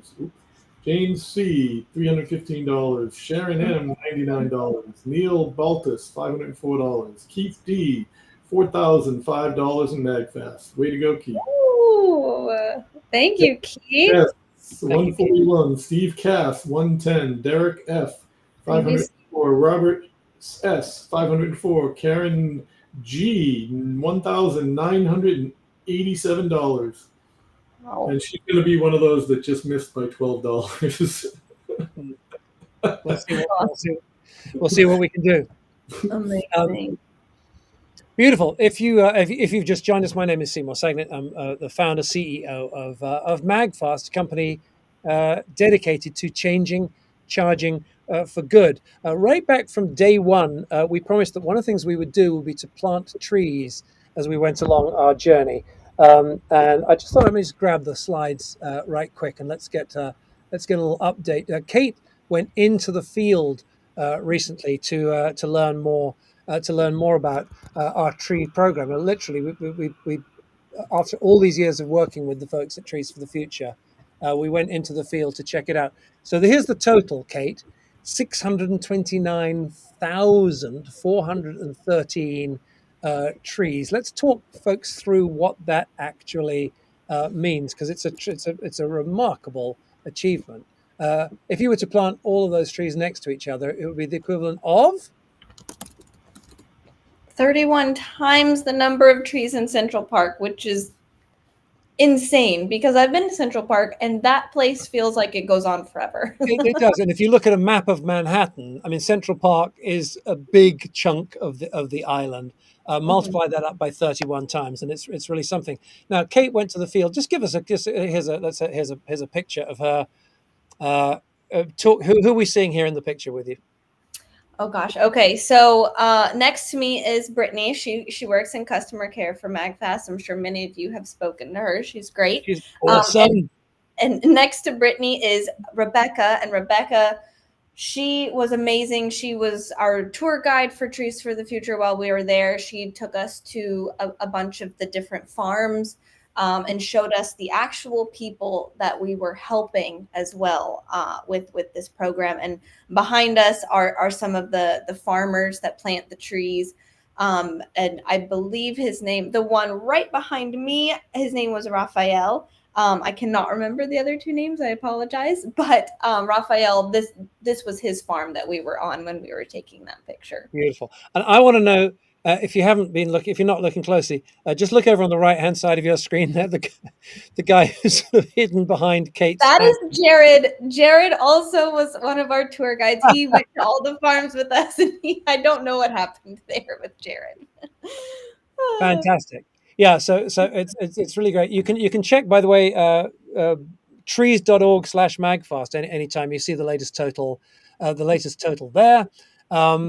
And just a quick explanation, what Kate is going on in this slide. Kate and Kate. They had actually named a goat after me. That is a little boy goat, and they named him Kate because he was born on the day that I arrived at their farm. So it's kind of like it's the boy named Sue, right? It's the boy goat named Kate. Yep. Hey, I actually when we first started Magfast, I did these calculations and I then checked them again with Chat GPTs. Let me take you through just one way of thinking. We did 31 times the number of trees in Central Park. Magfast from our inception, change charging for good. That's the mission. Using iconic design and world-class function. So look, if you were to take trees, clean air, right, guys? Yep. Rob, John, trees, clean air. It's one of the things they were to do.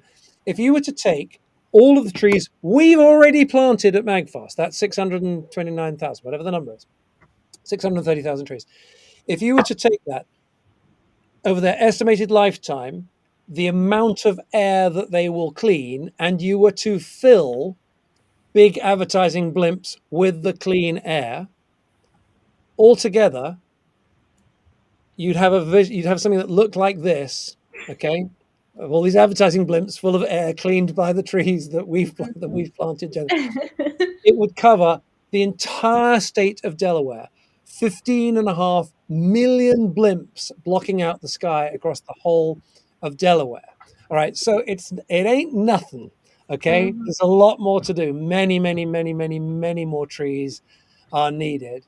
But here's my commitment right now. As we look at as we look at, I'll just refresh the page and see where we are. As we look at $1,206,000 now and change, if we make it to $1.25 million in this round, we will plant another 10,000 trees. Okay, so we make it to 1.25, which seemed unthinkable just a few days ago. We'll plant another 10,000 trees. I rather suspect that if it is now 10 minutes to midnight Eastern and you're watching the replay, we will already have done that. So I will further say that if we reach 350,000, we will plant another 10,000 trees. Okay, so let's get some more trees up there. Our friends at Trees from the Future are they've been doing fantastic work for 30 years. I mean, I feel like we've been going for a while. They're 30 years into this stuff. Just fantastic. And the piece that we should just spend 30 more seconds on, Kate, for folks, is plant trees. Trees clean the air. Advertising blimps, Delaware, amazing. What's much more amazing is the transformation in the lives of the folks who plant the trees. They have the system called forest gardens, I think they're called, right, Kate? Mm-hmm.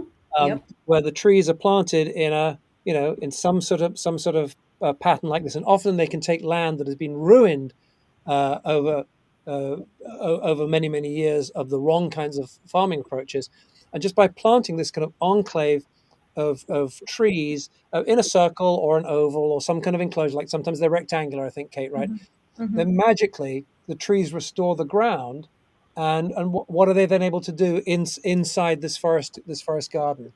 Well, and then their entire farm can flourish. They can plant whatever they want that is good for that environment, and it transforms their lives. They can hire people nearby. Like we met somebody, we went to their farm, and they talked about how they were able to employ their neighbors and improve their neighbors' lives, and all of their kids were able to afford to go to school. And it's just like, you don't understand how much it helps people, and not just the immediate people planting the trees, but just it's a much wider range, and it's absolutely amazing. And it was probably the best thing that I've ever been able to do. Anything else in my life before that was not as cool as what I got to see when we went to Kenya and see what was going on with Trees for the Future. But there is the estimate of transformed lives, people who've moved from extreme food insecurity to pretty robust food security, just from your work. I'm talking about you watching this stream right now with us at Magfast, is a little over 1,200 lives transformed. So that's a like meaningful, massive difference. 1,200 lives. Yes, so that's something of which we're very proud. 6 minutes before the hour. That's 6 minutes to 7 Eastern during the live stream. 6 minutes remaining to invest in Magfast at this time. If you're watching the encore presentation, the repeat, the live stream, as the BBC would say, and now a second chance to see. So if you're watching the second chance to see at the moment, there's just 5 minutes now remaining to invest in Magfast. Hit the yellow button. You'll be spirited over to Net Capital. Rob there on our screen is the CEO of Net Capital. In 30 seconds, what happens when you get to Net Capital if investing in Magfast is right for you? Yeah, when you get to Net Capital, if investing in Magfast is right for you, you'll be able to read all the information about the offering. You can make any final kind of decisions. You can read all the information about Magfast, and then if you're ready to invest, you can click the invest button, fill out your information, choose your payment method, and make your investment. Should be able to be done in all under a couple of minutes. Very good. John Fanning is a veteran of the tech industry. He was the founder with his nephew Sean Fanning of Napster, a company you might just have heard of, being as it changed the entire music industry forever and led to the streaming environment that we all know and benefit from today. He was also one of the first investors in Uber. We all wish we had been there along with him, because Uber, of course, has also transformed an industry along with a couple of other less formidable competitors, but I mean, truly extraordinary. And John was also one of the first investors in Magfast, and now invests an extraordinarily generous amount of his time advising us, and has been a key part of us reinventing the company over the last couple of months. So thank you, John. Kate, Thanks, you Seymour. had a couple of questions. Seymour, when you say John, you mean our family. The Uber investment that specifically came from my nephew Sean. If you want to find out more about that, you can Google Uber Rich, and Fortune did an article on it. But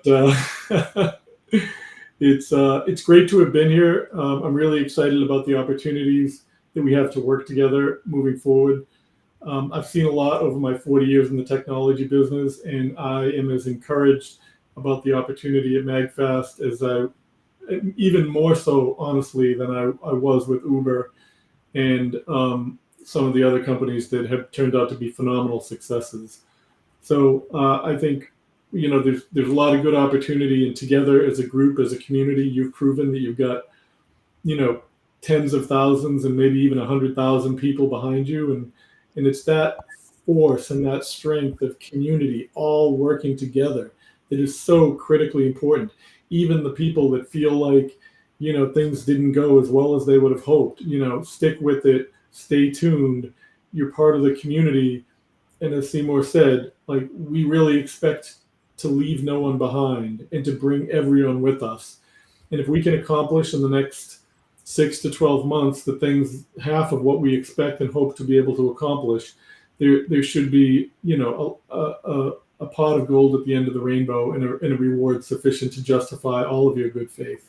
And I'm here. I'm not going anywhere, and I'm hoping to be a part of helping make it happen. And thank you for having me on the show. It's an honor to be here.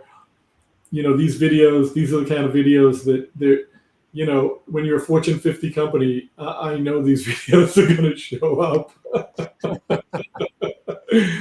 And, Yep.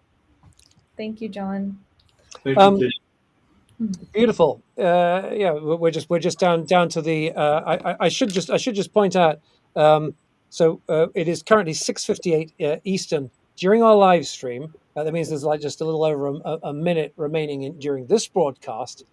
But if you're watching the replay, I mean, it's quick to invest at Net Capital, but it isn't instantaneous. You do need a few seconds on the site. So if you're only just starting to think about it now, you probably shouldn't, okay? Because you should take a minute, you should take you should take a pause, you should be considering the materials. But if you have already looked at those materials and you've decided that investing in Magfast is right for you, please go ahead and click the button right now below us if you're watching the stream from Magfast. If not, at Net Capital, you can either go to their homepage and look for the bright yellow donut with sprinkles on it. And I promise you there's a good legitimate reason for the donut with sprinkles on it. Or just go to magfast.com/invest, magfast.com/invest, and you'll be taken directly to our page on Net Capital. But as I say, if you're watching the replay, your time is just about up. Thank you so much to everybody who has invested. This has been an extraordinary time. Can anybody remember where we were at the beginning of this broadcast? Anybody actually know what that number was? We said it. We should have written it down. I thought it was just 1,020,000 or something like that. Something like that. We're about 200,000 just while we've been on air during the live broadcast. Thank you so much to everyone who has been here. Thank you. We'll do a quick final roll call for the latest names in: Sarah P. and Cynthia W. and Thomas K. Bradley H. and Timothy G. Caroline. So many people. Thank you so much. Sounds cute, doesn't it? But we couldn't do this without you. We could not do this. Definitely not. I actually had a few of just nice comments that I wanted to end on. I know John has to go. Thank you, John. And please feel free to go to your next appointment. I just want to read a few of these comments before we all leave. So this is from green-ct. Again, I can only see their email addresses. I've been with the team from the beginning and will continue to ride with you until the wheels fall off. Ride or die! Exclamation point. Thank you, Green. And this is from Olivia. Olivia says, I don't have a question, but I wanted to commend Seymour for being such an honest and stand-up guy, owning his errors, and his wonderful team working with and standing by him. We need more people like him in this business world. Thank you, Olivia. That's so sweet. And then last but not least, I have Jay DeMaio. He says, I believe in Magfast and their commitment to pivot and push forward. I have invested in 3 previous rounds and have invested in this round to show my commitment to your efforts. It has been so wonderful to be on this journey with you, and I look forward to seeing you succeed. Go Magfast. I can't top that. Can you, Rob? No, wish I could. Yep. So we will just leave it with that and say thank you so much. Philip's going to play some video for you now. We're going to keep the stream going for a little while longer. But thank you, whatever your role has been and will be in Magfast going forward. Thank you so much.